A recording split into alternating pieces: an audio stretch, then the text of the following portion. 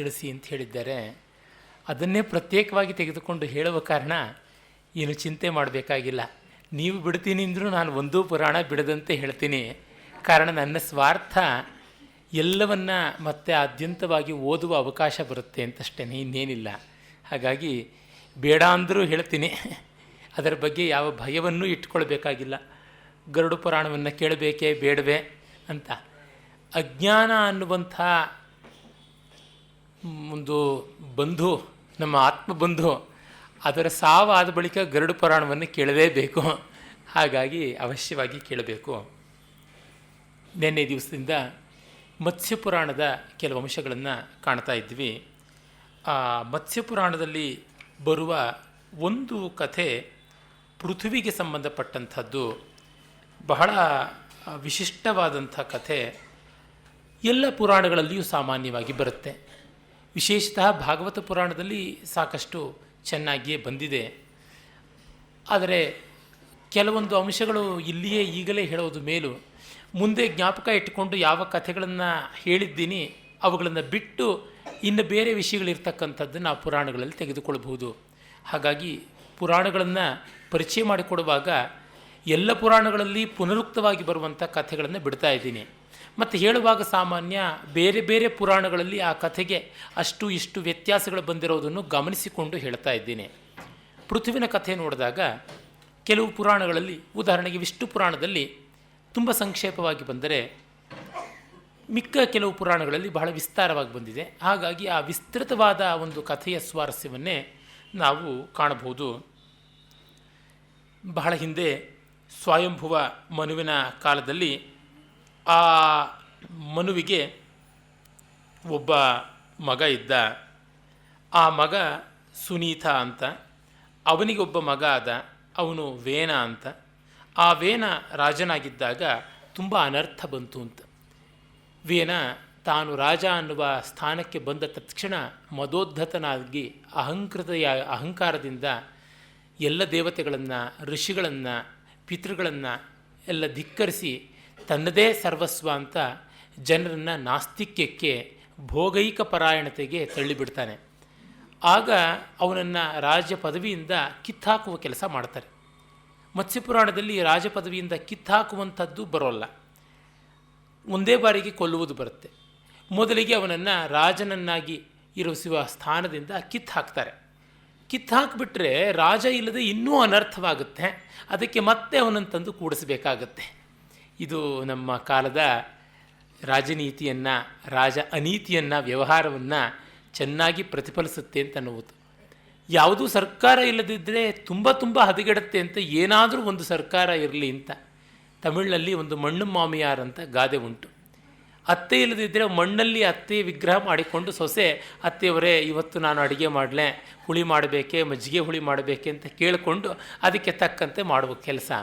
ಹಾಗೆ ಒಂದು ಬೇಕಲ್ಲ ಅಂತ ಗತ್ಯಂತರವಿಲ್ಲದೆ ವೇನನನ್ನೇ ಇಟ್ಕೊಳ್ತಾರೆ. ಅದರಿಂದ ವೇನ ಮತ್ತೂ ರೊಚ್ಚಿಗೆದ್ದು ದೌರ್ಜನ್ಯದಿಂದ ಲೋಕ ಭೀಕರನಾಗ್ತಾ ಬರ್ತಾನೆ.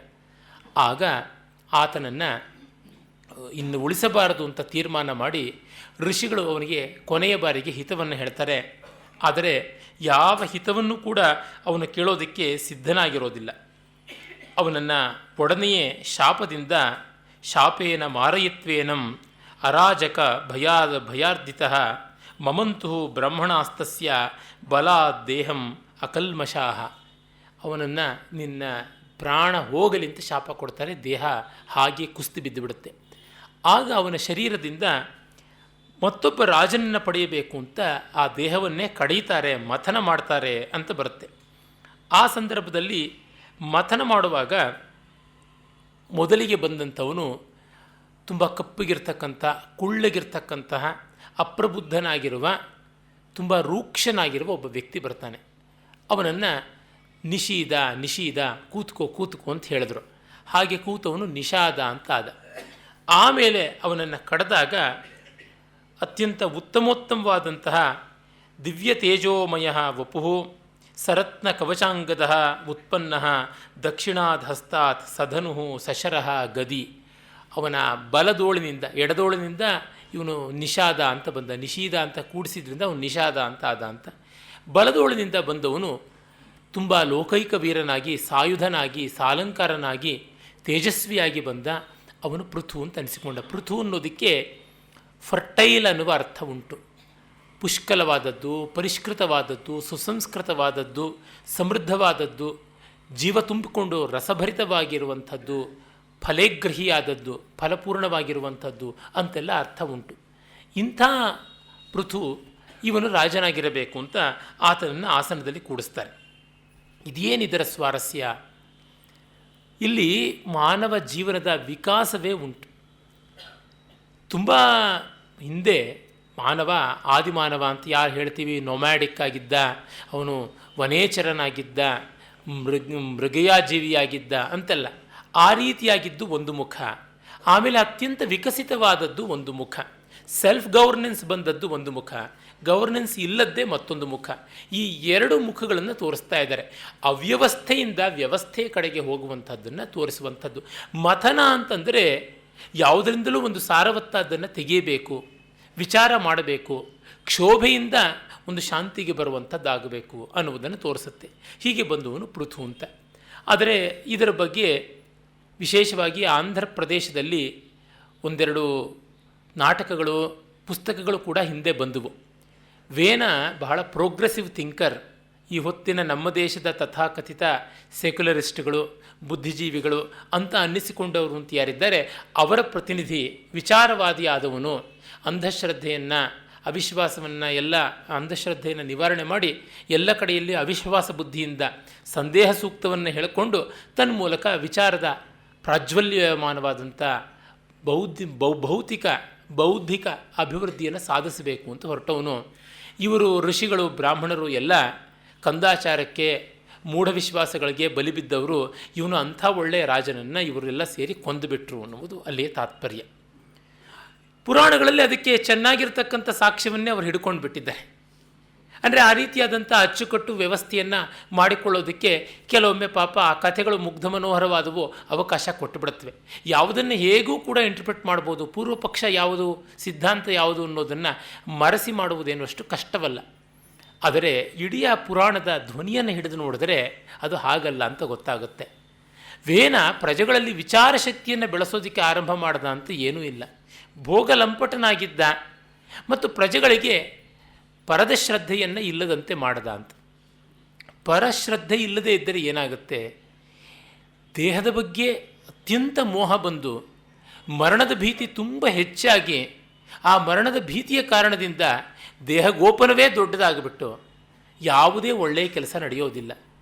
ಒಂದು ಮಟ್ಟಕ್ಕೆ ಅನ್ಕ್ಯಾಲ್ಕುಲೇಟೆಡ್ ರಿಸ್ಕನ್ನು ತೆಗೆದುಕೊಳ್ಳಬೇಕು. ನನ್ನ ಮಿತಿಯೊಳಗೆ ನೋಡಿದ್ರೆ ನಮ್ಮ ಭಾರತ ದೇಶಕ್ಕೂ ಬೇರೆ ದೇಶಕ್ಕೂ ಇರುವಂಥ ಸಾಮ್ಯ ವೈಷಮ್ಯಗಳನ್ನು ಗಮನಿಸಿದಾಗ ವಿದೇಶಗಳಲ್ಲಿ ಅನ್ಕ್ಯಾಲ್ಕುಲೇಟೆಡ್ ರಿಸ್ಕನ್ನು ತಗೊಳ್ಳೋದು ತುಂಬ ಕಡಿಮೆ. ನಮ್ಮಲ್ಲಿ ಕ್ಯಾಲ್ಕುಲೇಟೆಡ್ ರಿಸ್ಕನ್ನು ತೆಗೆದುಕೊಳ್ಳೋದು ತುಂಬ ಕಡಿಮೆ. ನಮ್ಮಲ್ಲಿ ರೈಲ್ ಆಕ್ಸಿಡೆಂಟ್ ಆಗುತ್ತೆ, ಮತ್ತೊಂದಾಗುತ್ತೆ ಅಂದರೆ ಆಯಿತು, ಪರಮಾತ್ಮ ಇದ್ದಾನೆ, ನಡೆಸ್ತಾನೆ, ಏನು ಮಾಡೋದು, ನಮ್ಮ ಹಣೆಯಲ್ಲಿ ಆಕ್ಸಿಡೆಂಟ್ ಆಗಿ ಸಾಯಬೇಕು ಅಂತಿದ್ರೆ ಯಾರು ತಪ್ಪಿಸೋದಕ್ಕೆ ಸಾಧ್ಯ ಅಂತ. ಅವರು ಹಾಗಲ್ಲ. ಟ್ವಿನ್ ಟವರ್ಸ್ ಬಿದ್ದ ಮೇಲೆ ಇಡೀ ಅಮೆರಿಕದಲ್ಲಿ 3-4 ತಿಂಗಳು ವಿಮಾನದಲ್ಲಿ ಎಲ್ಲ ಕರ್ಫ್ಯೂ ಹಾಕದಂಗೆ ಇತ್ತು ಅಂತ ಎಷ್ಟೋ ಜನ ನೋಡಿ ಬಂದವರು ಹೇಳಿದ್ದುಂಟು. ಆದರೆ ನಮ್ಮಲ್ಲಿ ಎಷ್ಟು ರೈಲ್ವೆ ಆಕ್ಸಿಡೆಂಟ್ ಆದರೂ ಮರುದಿವಸ ಅದೇ ಥರ ಇರುತ್ತೆ. ರಿಸರ್ವೇಷನ್ ಅಗೇನ್ಸ್ಟ್ ಕ್ಯಾನ್ಸಲೇಷನ್ ಸಿಗುತ್ತಾ ಅಂತ ನೋಡಿದ್ರೆ ನಮ್ಮದಿರೋದಿಲ್ಲ. ವೆಯ್ಟಿಂಗ್ ಲಿಸ್ಟು ನಂಬರ್ 99, 108 ಇರುತ್ತೆ, ಆಗುವಂಥದ್ದಲ್ಲ ಅಂತ ತೆಪ್ಪಗೆ ಕೈಚಲ್ಲಿ ಕೂತ್ಕೋತೀವಿ. ಆದರೆ ಅವರಲ್ಲಿ ಕ್ಯಾಲ್ಕುಲೇಟೆಡ್ ರಿಸ್ಕನ್ನು ತುಂಬ ಚೆನ್ನಾಗಿ ತೆಗೆದುಕೊಳ್ತಾರೆ. ನಯಾಗರ ಜಲಪಾತದ ಆ ಕುದುರೆಯ ಲಾಳದ ಆಕೃತಿಯಲ್ಲಿ ಕೆನಡಾದ ಪಕ್ಕದಲ್ಲಿ ಯಾವುದಿದೆ ಅದರ ಈ ತುದಿಯಿಂದ ಆ ತುದಿಗೆ ತಂತಿಯನ್ನು ಕಟ್ಟಿ ಅದರ ಮೇಲೆ ಸರ್ಕಸ್ ಮಾಡಿಕೊಂಡು ನಡೆದು ಅದರ ಮಧ್ಯದಲ್ಲಿ ಒಂದು ಒಲೆಯನ್ನು ಇಟ್ಟು ಹೊತ್ತಿಸಿಕೊಂಡು ಅದರ ಮೇಲೆ ಒಂದು ಕೋಳಿ ಮೊಟ್ಟೆಯನ್ನು ಒಡೆದು ಆಮ್ಲೆಟ್ ಮಾಡಿ ಅದನ್ನು ತಿಂದು ತೇಗಿ ಬಂದಂಥ ದಾಖಲೆ ಮಾಡಿದ ವೀರರುಗಳೆಲ್ಲ ಅಲ್ಲಿದ್ದಾರೆ.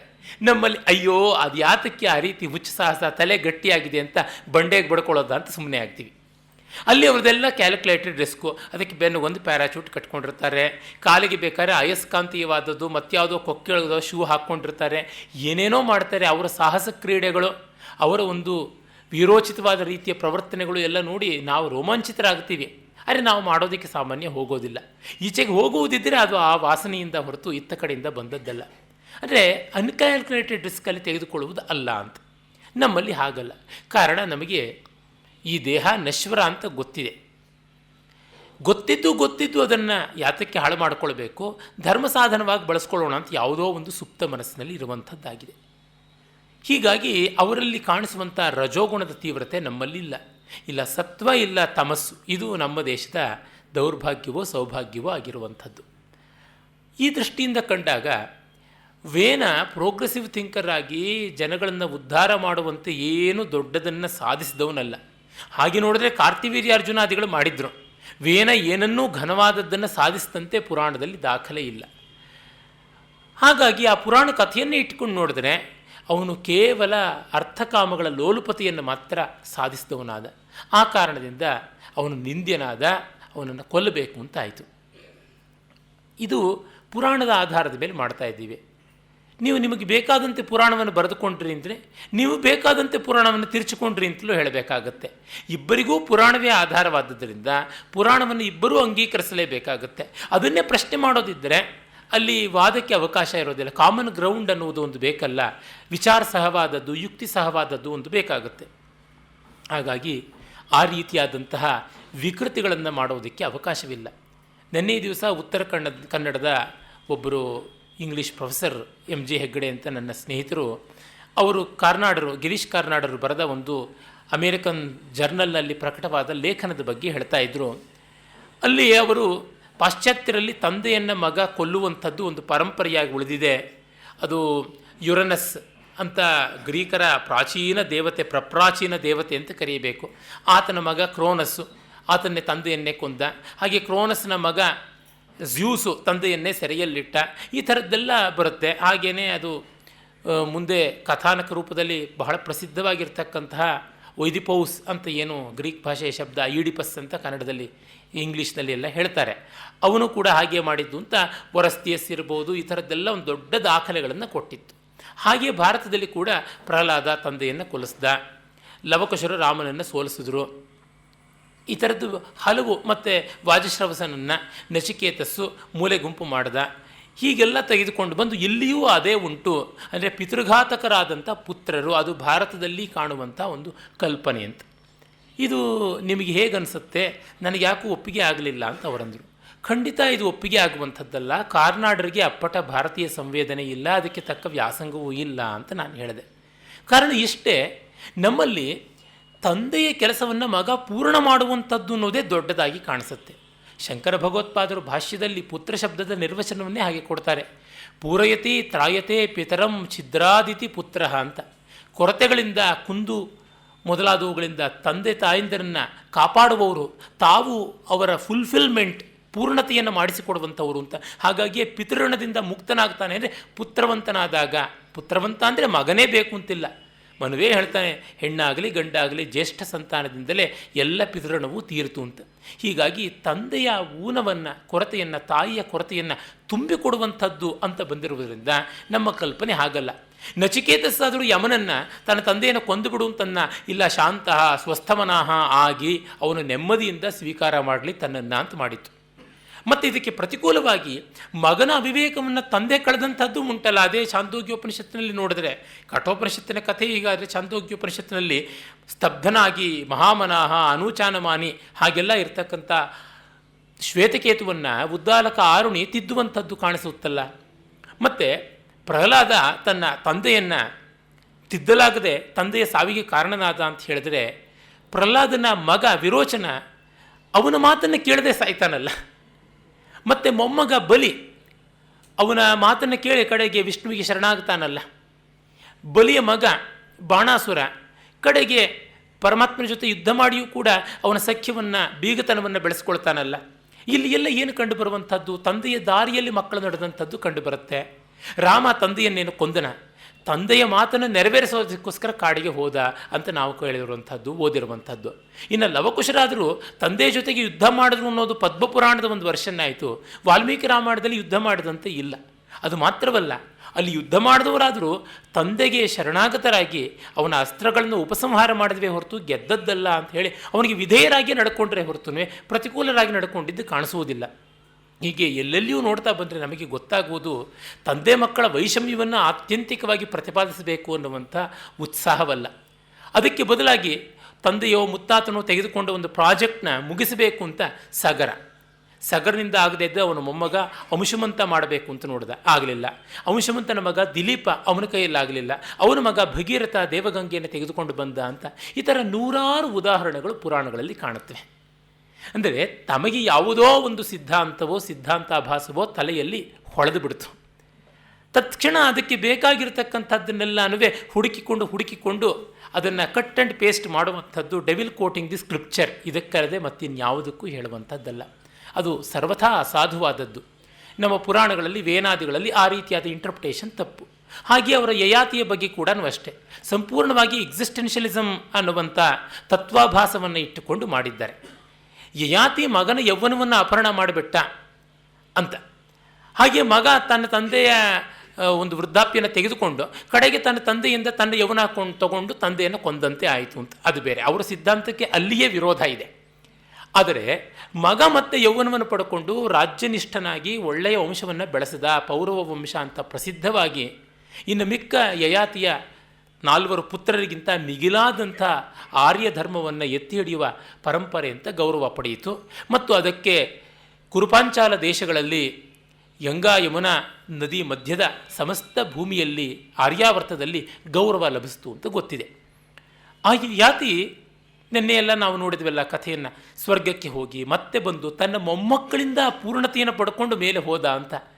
ದೌಹಿತ್ರರ ಮೂಲಕವಾಗಿ ದುಹಿತರವಾದಂತಹ ಮಾಧವಿಯ ಮಕ್ಕಳಿಂದಾಗಿ ಸದ್ಗತಿಯನ್ನು ಪಡೆದ ಅಂದರೆ ಇಲ್ಲಿ ವೈಷಮ್ಯ ವೈರುಧ್ಯ ಅಲ್ಲವೇ ಅಲ್ಲ.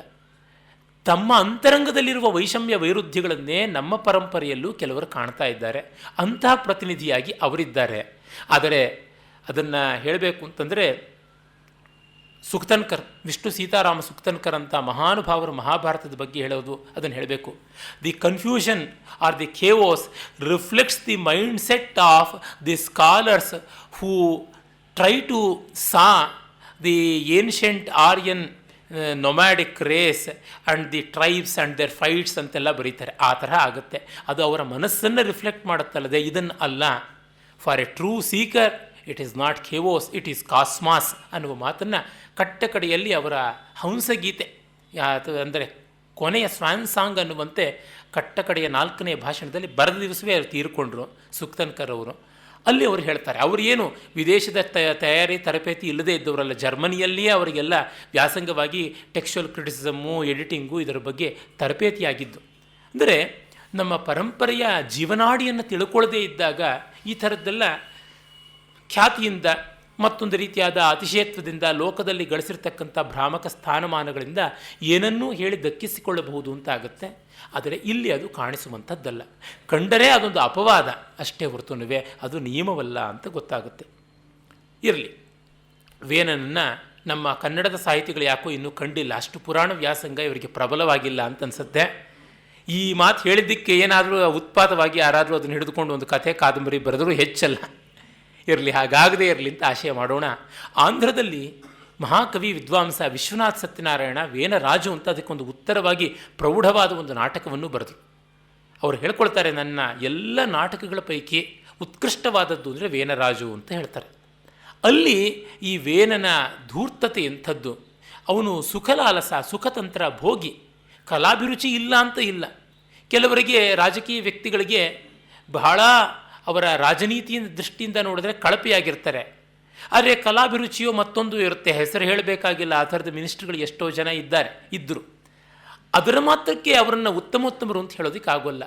ವಿಶ್ವನಾಥ ಸತ್ಯನಾರಾಯಣ ವೇನನಿಗೆ ಕಲಾಭಿರುಚಿ ಇತ್ತು, ಆದರೆ ಅವನು ಕಲಾ ಲಂಪಟನೆ ಹೊರತುನುವೆ ಕಲಾ ತಪಸ್ವಿ ಅಲ್ಲ ಅಂತ ತೋರಿಸ್ತಾರೆ.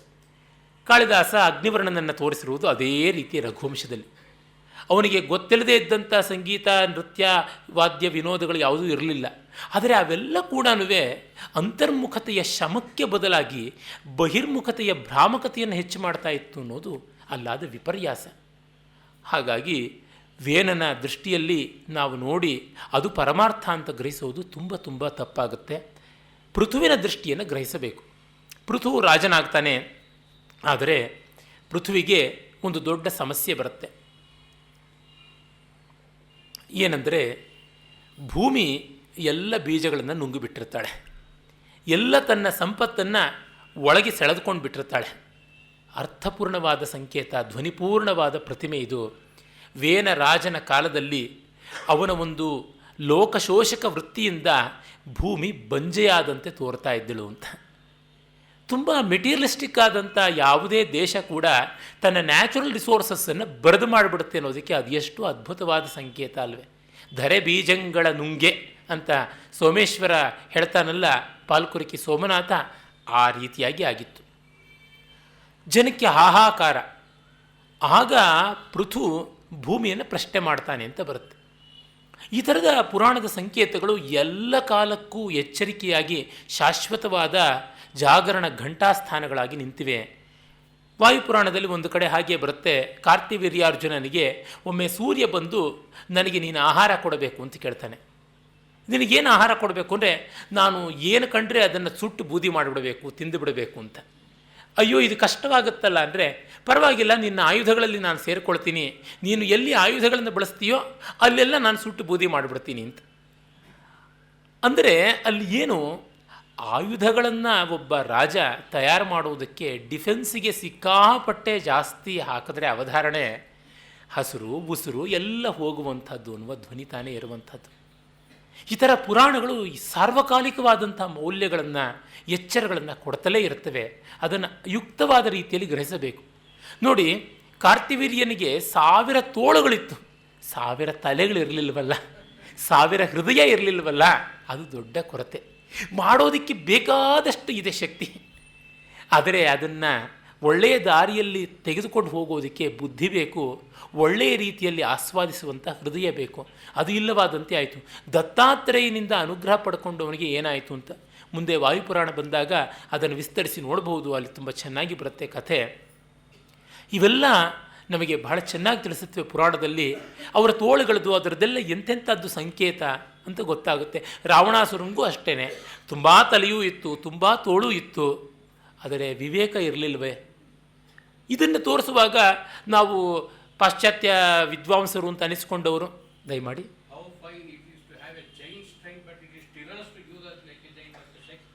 ನಿಜವಾದ ಮಾತು, ಬಹಳ ಸತ್ಯವಾದಂಥದ್ದು. ಪಾಶ್ಚಾತ್ಯರಲ್ಲಿ ಬಹಳ ವಿಶೇಷವಾಗಿ ಭಾರತೀಯ ಶಿಲ್ಪಗಳನ್ನೆಲ್ಲ ಗೇಲಿ ಮಾಡುವಾಗ ಈ ದೇವರುಗಳು ಮತ್ತೊಂದು ಮಗದೊಂದು ಎಲ್ಲ monstrous, they are not like a Hellenic sculpture ಅಂತೆಲ್ಲ. ಮಹಾಭಾರತವನ್ನೇ ಹೋಲಿಸುವಾಗ ಹಾಗೆ ಹೇಳ್ತಾರೆ, ಅದು ಯಾವುದೋ ಒಂದು ಮೆಡಿವಲ್ ಟೈಟನ್ ಥರ ಕಾಣಿಸುತ್ತೆ, ಮಹಾಭಾರತ ದೆವ್ವದಂತೆ ಕಾಣಿಸುತ್ತೆ. ನಮ್ಮ ಹೋಮರ್ನ ಕಾವ್ಯ ನೋಡಿದ್ರೆ ಒಳ್ಳೆ ಗ್ರೀಕ್ ಸ್ಕಲ್ಪ್ಚರ್ ಇದ್ದಂತೆ, ಅವನು ಅವನು ಹರ್ಮೀಸ್ ಇರ್ಬೋದು, ಅಪಲ್ಲೋ ಇರ್ಬೋದು, ಅಷ್ಟು ಸುಂದರವಾಗಿ ಸಲಕ್ಷಣವಾಗಿ ಕಾಣಿಸುತ್ತೆ ಅಂತ. ಆದರೆ ನಮ್ಮ ದೇವತೆಗಳಲ್ಲಿ ನಾವು ಕೈಗಳನ್ನಾಗಲಿ ತಲೆಗಳನ್ನಾಗಲಿ ಕಾಲುಗಳನ್ನಾಗಲಿ ಬಳಸುವ ರೀತಿಗೆ ಒಂದು ವಿಶೇಷ ಉಂಟು. ಅದಕ್ಕೆ ಅದ್ಭುತವಾದ ಸಂಕೇತಗಳೆಲ್ಲ ಇವೆಯಲ್ಲ. ಒಂದೊಂದು ವೇದ ಮಂತ್ರಕ್ಕೂ ಕೂಡ ವ್ಯಾಕರಣ ದೃಷ್ಟಿಯಿಂದ, ಅಲಂಕಾರ ಶಾಸ್ತ್ರ ದೃಷ್ಟಿಯಿಂದ ಅಂತ ಬಗೆ ಬಗೆಯಾಗಿ ಅರ್ಥಕ್ರಮಗಳೆಲ್ಲ ಉಂಟು. ಇರಲಿ, ಇಲ್ಲಿ ಪೃಥು ಭೂಮಿಯನ್ನು ಮತ್ತೆ ಬೇಡಿಕೊಳ್ತಾನೆ. ಆದರೆ ಭೂಮಿ ಒಪ್ಪಿಕೊಳ್ಳೋದಿಲ್ಲ. ಯಾಕೆಂದರೆ ಇವನೂ ಕೂಡ ಅಂಥವನೇ ರಾಜನೋ ಏನೋ ಎಂಬ ಅಳುಕು. ಮತ್ತು ಇನ್ನೊಂದು, ಒಂದು ಹೊಸ ಸಿಸ್ಟಮ್ ಬಂದ ತಕ್ಷಣ ಹಳೆ ಸಿಸ್ಟಮ್ನ ಪೂರ್ಣವಾಗಿ ತಿರುಗಿಸೋಕ್ಕೆ ಸಾಧ್ಯ ಇಲ್ಲ. It takes its own time and course. ಆಗ ರೋಷ ಕಷಾಯಿತನಾಗಿ ಬಾಣವನ್ನು ಹೂಡಿ ಪೃಥ್ವಿ ಮೇಲೆ ಬೀಳೋದಕ್ಕೆ ಸಿದ್ಧವಾಗ್ತಾನೆ. ನೀನು ಬಿಟ್ಟುಕೊಡ್ತೀಯೋ ಇಲ್ಲವೋ ಅಂತ. ಆಗ ಅವಳು ಗೋರೂಪಿಣಿಯಾಗಿ ಓಡಿ ಹೋದಳು ಅಂತ. ಇದನ್ನು ಕೇಳ್ತಾ ಇವನೇ ಭೂಮಿ ಮೇಲೆ ನಿಂತವನು, ಭೂಮಿಯೇ ಹಸು ರೂಪದಲ್ಲಿ ಓಡೋಯ್ತು ಅಂತಂದರೆ ಭೂಮಿ ಇಲ್ಲದೆ ಇವನು ಎಲ್ಲಿ ನಿಂತಿದ್ದ ಅಂತೆಲ್ಲ ಕೇಳಿದ್ರೆ ಅದು ಅಲ್ಲ, ಹಾಗಲ್ಲ. ಅದು ಸಂಕೇತ ಅಷ್ಟೇ, ಅದನ್ನು ವಾಸ್ತವ ಮಾಡೋದಕ್ಕಾಗೋದಿಲ್ಲ. ಇಷ್ಟೆಲ್ಲ ಮಾಡೋನಿಗೆ ಅಂತರಿಕ್ಷದಲ್ಲಿ ನಿಲ್ಲೋ ಶಕ್ತಿ ಇರೋದಿಲ್ವೇ? ವಿಷ್ಣುವಿನ ಅವತಾರ ಅಂತ ಕೂಡ ಹೇಳ್ತೀವಿ ಪೃಥುವನ್ನು. ಗೋರೂಪಿಣಿಯಾಗಿ ಹೋದಾಗ ಅಟ್ಟಿಸಿಕೊಂಡು ಹೋಗ್ತಾನೆ. ಅವನು ಹೇಳ್ತಾನೆ, ನೀನು ನನಗೆ ಕೊಡಲೇಬೇಕು ಅಂತ. ಆಗ ಅವಳು ಹೇಳ್ತಾಳೆ, ನನ್ನೊಳಗೆ ಬಂದದ್ದು ಅದೇ ರೂಪದಲ್ಲಿ ಕೊಡೋದಕ್ಕೆ ಸಾಧ್ಯ ಇಲ್ಲ, ನಾನು ಬೇರೊಂದು ರೂಪದಲ್ಲಿ ಕೊಡ್ತೀನಿ, ಅದನ್ನು ಒಪ್ಕೊಳ್ತೀಯಾ ಅಂತ. ಆಯಿತು ಕೊಡು ಅಂತ. ಆಗ ಹಾಲು ಕರೆದಕ್ಕು ಅಂತ. ಅಂದರೆ ಭೂಮಿಗೆ ನಾವು ಹಾಕಿದ ರೂಪದಲ್ಲಿಯೇ ಬರೋದಿಲ್ಲ, ಅದು ಬೇರೊಂದು ರೂಪದಲ್ಲಿ ಬರುತ್ತೆ. ಅದನ್ನು ಸ್ವೀಕರಿಸೋಕ್ಕೆ ಸಿದ್ಧ ಇರಬೇಕು, ನಾವು ಪ್ರೋಸೆಸ್ ಮಾಡಿಕೊಳ್ಳಬೇಕಾಗುತ್ತೆ ಅನ್ನುವಂಥ ತತ್ವ.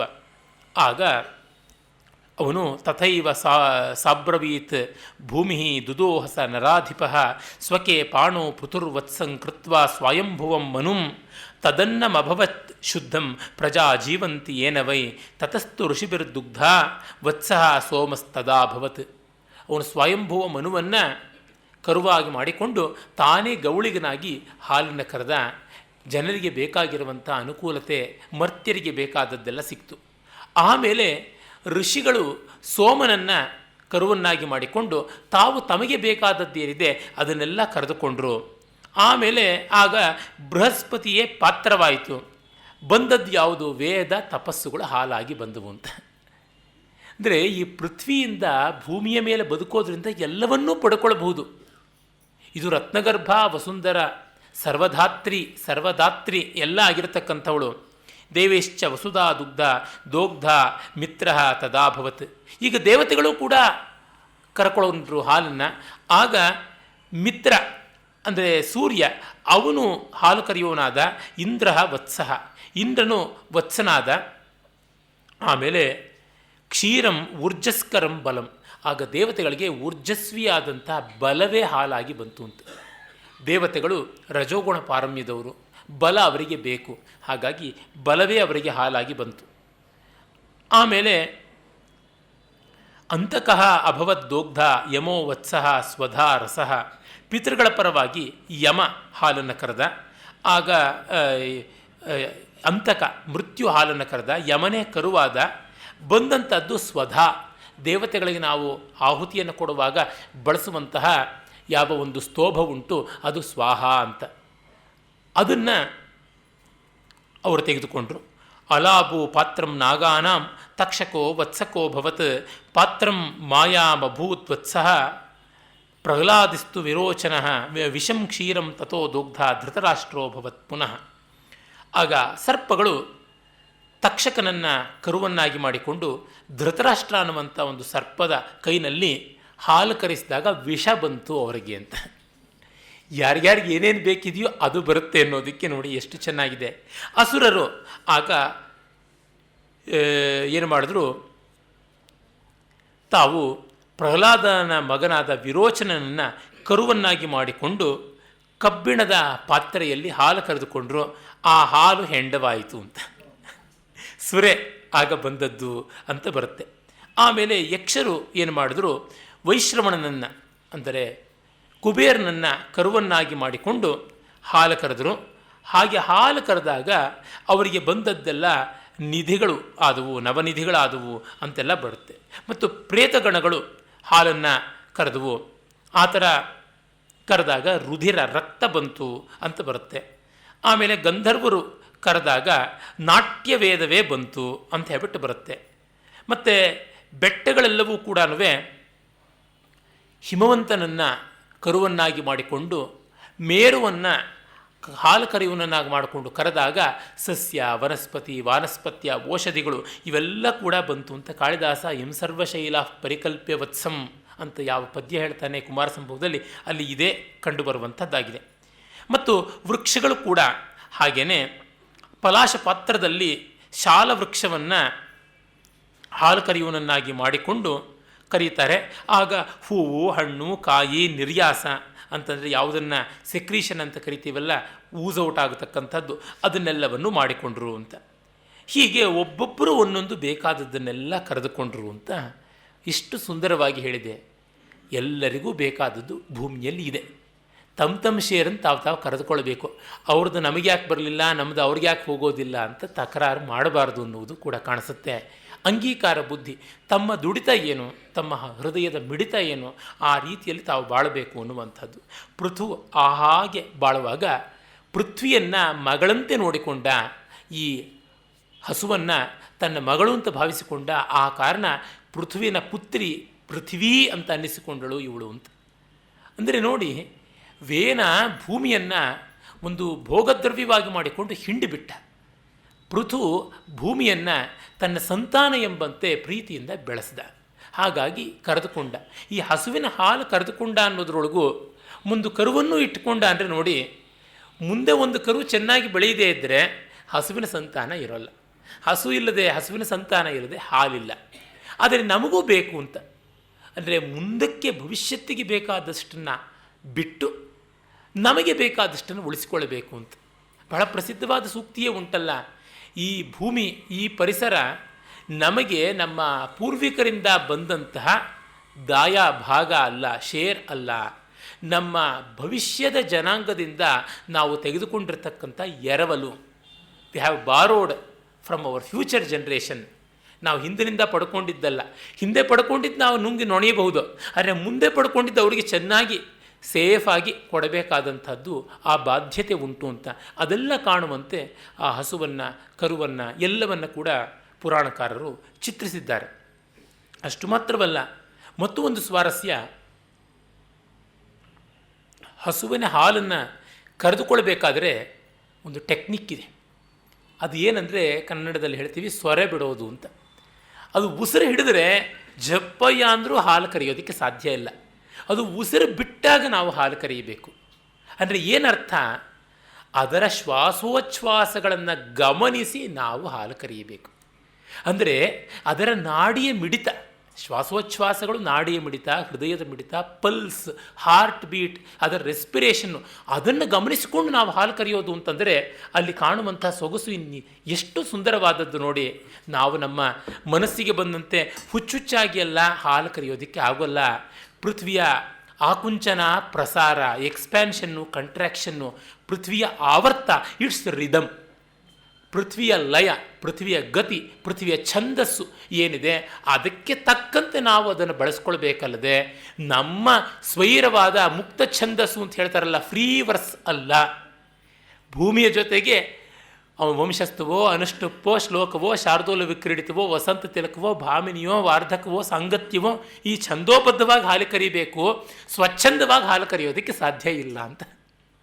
V have to know the cosmic rhythm of universe. ವೈಶ್ವಿಕವಾದ ದಿವ್ಯ ಲಯವನ್ನು, ದಿವ್ಯ ಗತಿಯನ್ನು, ದಿವ್ಯ ಛಂದೋಮಯ ಭಣಿತಿಯನ್ನು ಕೇಳಿಕೊಂಡು ಅದಕ್ಕೆ ತಕ್ಕಂತೆ ಮಾಡಬೇಕು. ಆಗ ಮಾತ್ರ ಸರಿಯಾಗುತ್ತೆ. ನಾವು ನಮ್ಮ ಬುದ್ಧಿ ತೋರದಂತೆ ಮಾಡ್ತೀವಿ ಅನ್ನುವುದು ಅಲ್ಲ. ಇಲ್ಲಿ ಬರುತ್ತದೆ ಆರ್ಷ ಅನ್ನುವಂಥದ್ದು. ಋಷಿ ಆರ್ಷ ಅಂತನ್ನುವಲ್ಲಿ ಋಷಿಯಿಂದ ಬಂದದ್ದು ಆರ್ಷ. ಋಷಿ ಯಾರು? ಈ ವಿಶ್ವ ನಿಯಾಮಕವಾದ ಋತ, the cosmic order behind creation, ಅದನ್ನು ತಿಳ್ಕೊಂಡಿರ್ತಕ್ಕಂಥವನು. ಆ ಎಟರ್ನಿಟಿ ಏನು ಅಂತ ಅನ್ನೋದು ಗೊತ್ತಿರುವಂಥದ್ದು. ಆ ರಿದಮ್ಗೆ ತಕ್ಕಂತೆ ಕರೆದ್ರೆ ಆವಾಗ ಆಗುತ್ತೆ. ಪೃಥ್ವಿಯ ಹಿಂದೆ ಇರತಕ್ಕಂಥ ತತ್ವ ಯಾವುದು? ಅಸ್ತಿತ್ವ ಸತ್. ಅದರ ಹಿಂದೆ ಇರತಕ್ಕಂಥ ಜಂಗಮಶೀಲವಾದ ಡೈನಮಿಕ್ ಆರ್ಡರ್ ಯಾವುದಿದೆ ಅದು ಋತ. ಆ ಋತವನ್ನು ಬಲ್ಲವನು ಪೃಥು. ಅವನು ಹಾಲು ಕರೆದ, ಆವಾಗ ಬಂತು. ಇಲ್ಲದೆ ಇದ್ದರೆ ಕೆಚ್ಚಲಿಗೆ ನೋವಾಗುತ್ತೆ, ಪಾತ್ರೆ ಖಾಲಿನೇ ಇರುತ್ತೆ, ಕೈಗಳು ಬಿದ್ದು ಹೋಗುತ್ತವೆ, ಹಸುವಿನ ಮೇಲೆ ಕೋಪ ಬರುತ್ತೆ, ಬಡಿತೀವಿ, ಚಚ್ತೀವಿ, ಕಡಿತೀವಿ, ಅಷ್ಟೇ, ಇನ್ನೇನು ಆಗೋಲ್ಲ. ಅಂಥ ಒಂದು ಸುರಭಿಯನ್ನು ಅಷ್ಟು ಸಮೃದ್ಧವಾಗಿ ಘಟೋಧ್ನಿ, ಕುಂಡೋಧ್ನಿ, ಮಡಕೆ ಮಡಕೆ ಹಾಲು ಕೊಡುವಂಥವಳನ್ನು ಬಂಜೆ, ವಂದ್ಯ ಅಂತ ದೂಷಣೆ ಮಾಡುವಂಥದ್ದು ಬರುತ್ತೆ. ಇಷ್ಟು ಎಲ್ಲ ಸ್ವಾರಸ್ಯವನ್ನು ಪುರಾಣ ಕಥೆಗಳು ನಮ್ಮ ಪಾಲಿಗೆ ಕೊಟ್ಟಿವೆ. ಅದನ್ನು ನಾವು ಎಂದೂ ಮರೆಯಬಾರದು. ಮುಂದೆ ನಮಗೆ ಇದೇ ಮತ್ಸ್ಯಪುರಾಣದಲ್ಲಿ ಬರುವಂಥ ಹಲವು ವಿಷಯಗಳಲ್ಲಿ ಸ್ವಾರಸ್ಯಕರವಾದಂಥದ್ದು ಒಂದು ಅಂತಂದರೆ ಬೇರೆ ಬೇರೆ ವ್ರತಗಳ ಪ್ರಸ್ತಾವ. ಅನೇಕ ವ್ರತಗಳ ಬಗ್ಗೆ ಬರುತ್ತೆ. ಉದಾಹರಣೆಗೆ ದಾನಧರ್ಮೇ ನಕ್ಷತ್ರ ವ್ರತಂ ಅಂತ ಹೇಳಿಬಿಟ್ಟು ಒಂದು ವ್ರತದ ಬಗ್ಗೆ 54ನೇ ಅಧ್ಯಾಯದಲ್ಲಿ ಪುರಾಣಕಾರರು ಹೇಳ್ತಾರೆ. ನಕ್ಷತ್ರ ಪುರುಷ ವ್ರತ ಅಂತಂದರೆ ಏನು ಅಂತ ಬಹಳ ಚೆನ್ನಾಗಿದೆ. ಅಲ್ಲಿ ನಕ್ಷತ್ರ ಪುರುಷನ ವ್ರತದ ಬಗ್ಗೆ ಈಶ್ವರನೇ ನಾರದನಿಗೆ ಉಪದೇಶ ಮಾಡ್ತಾನೆ. ಅನುರೂಪನಾದ ಪತಿ ಸಿಗಬೇಕು ಅಂದರೆ, ಅನುರೂಪನಾದ ಜೀವನ ಸಂಗಾತಿ ಸಿಗಬೇಕು ಅಂದರೆ ಏನು ಮಾಡಬೇಕು ಅಂತ.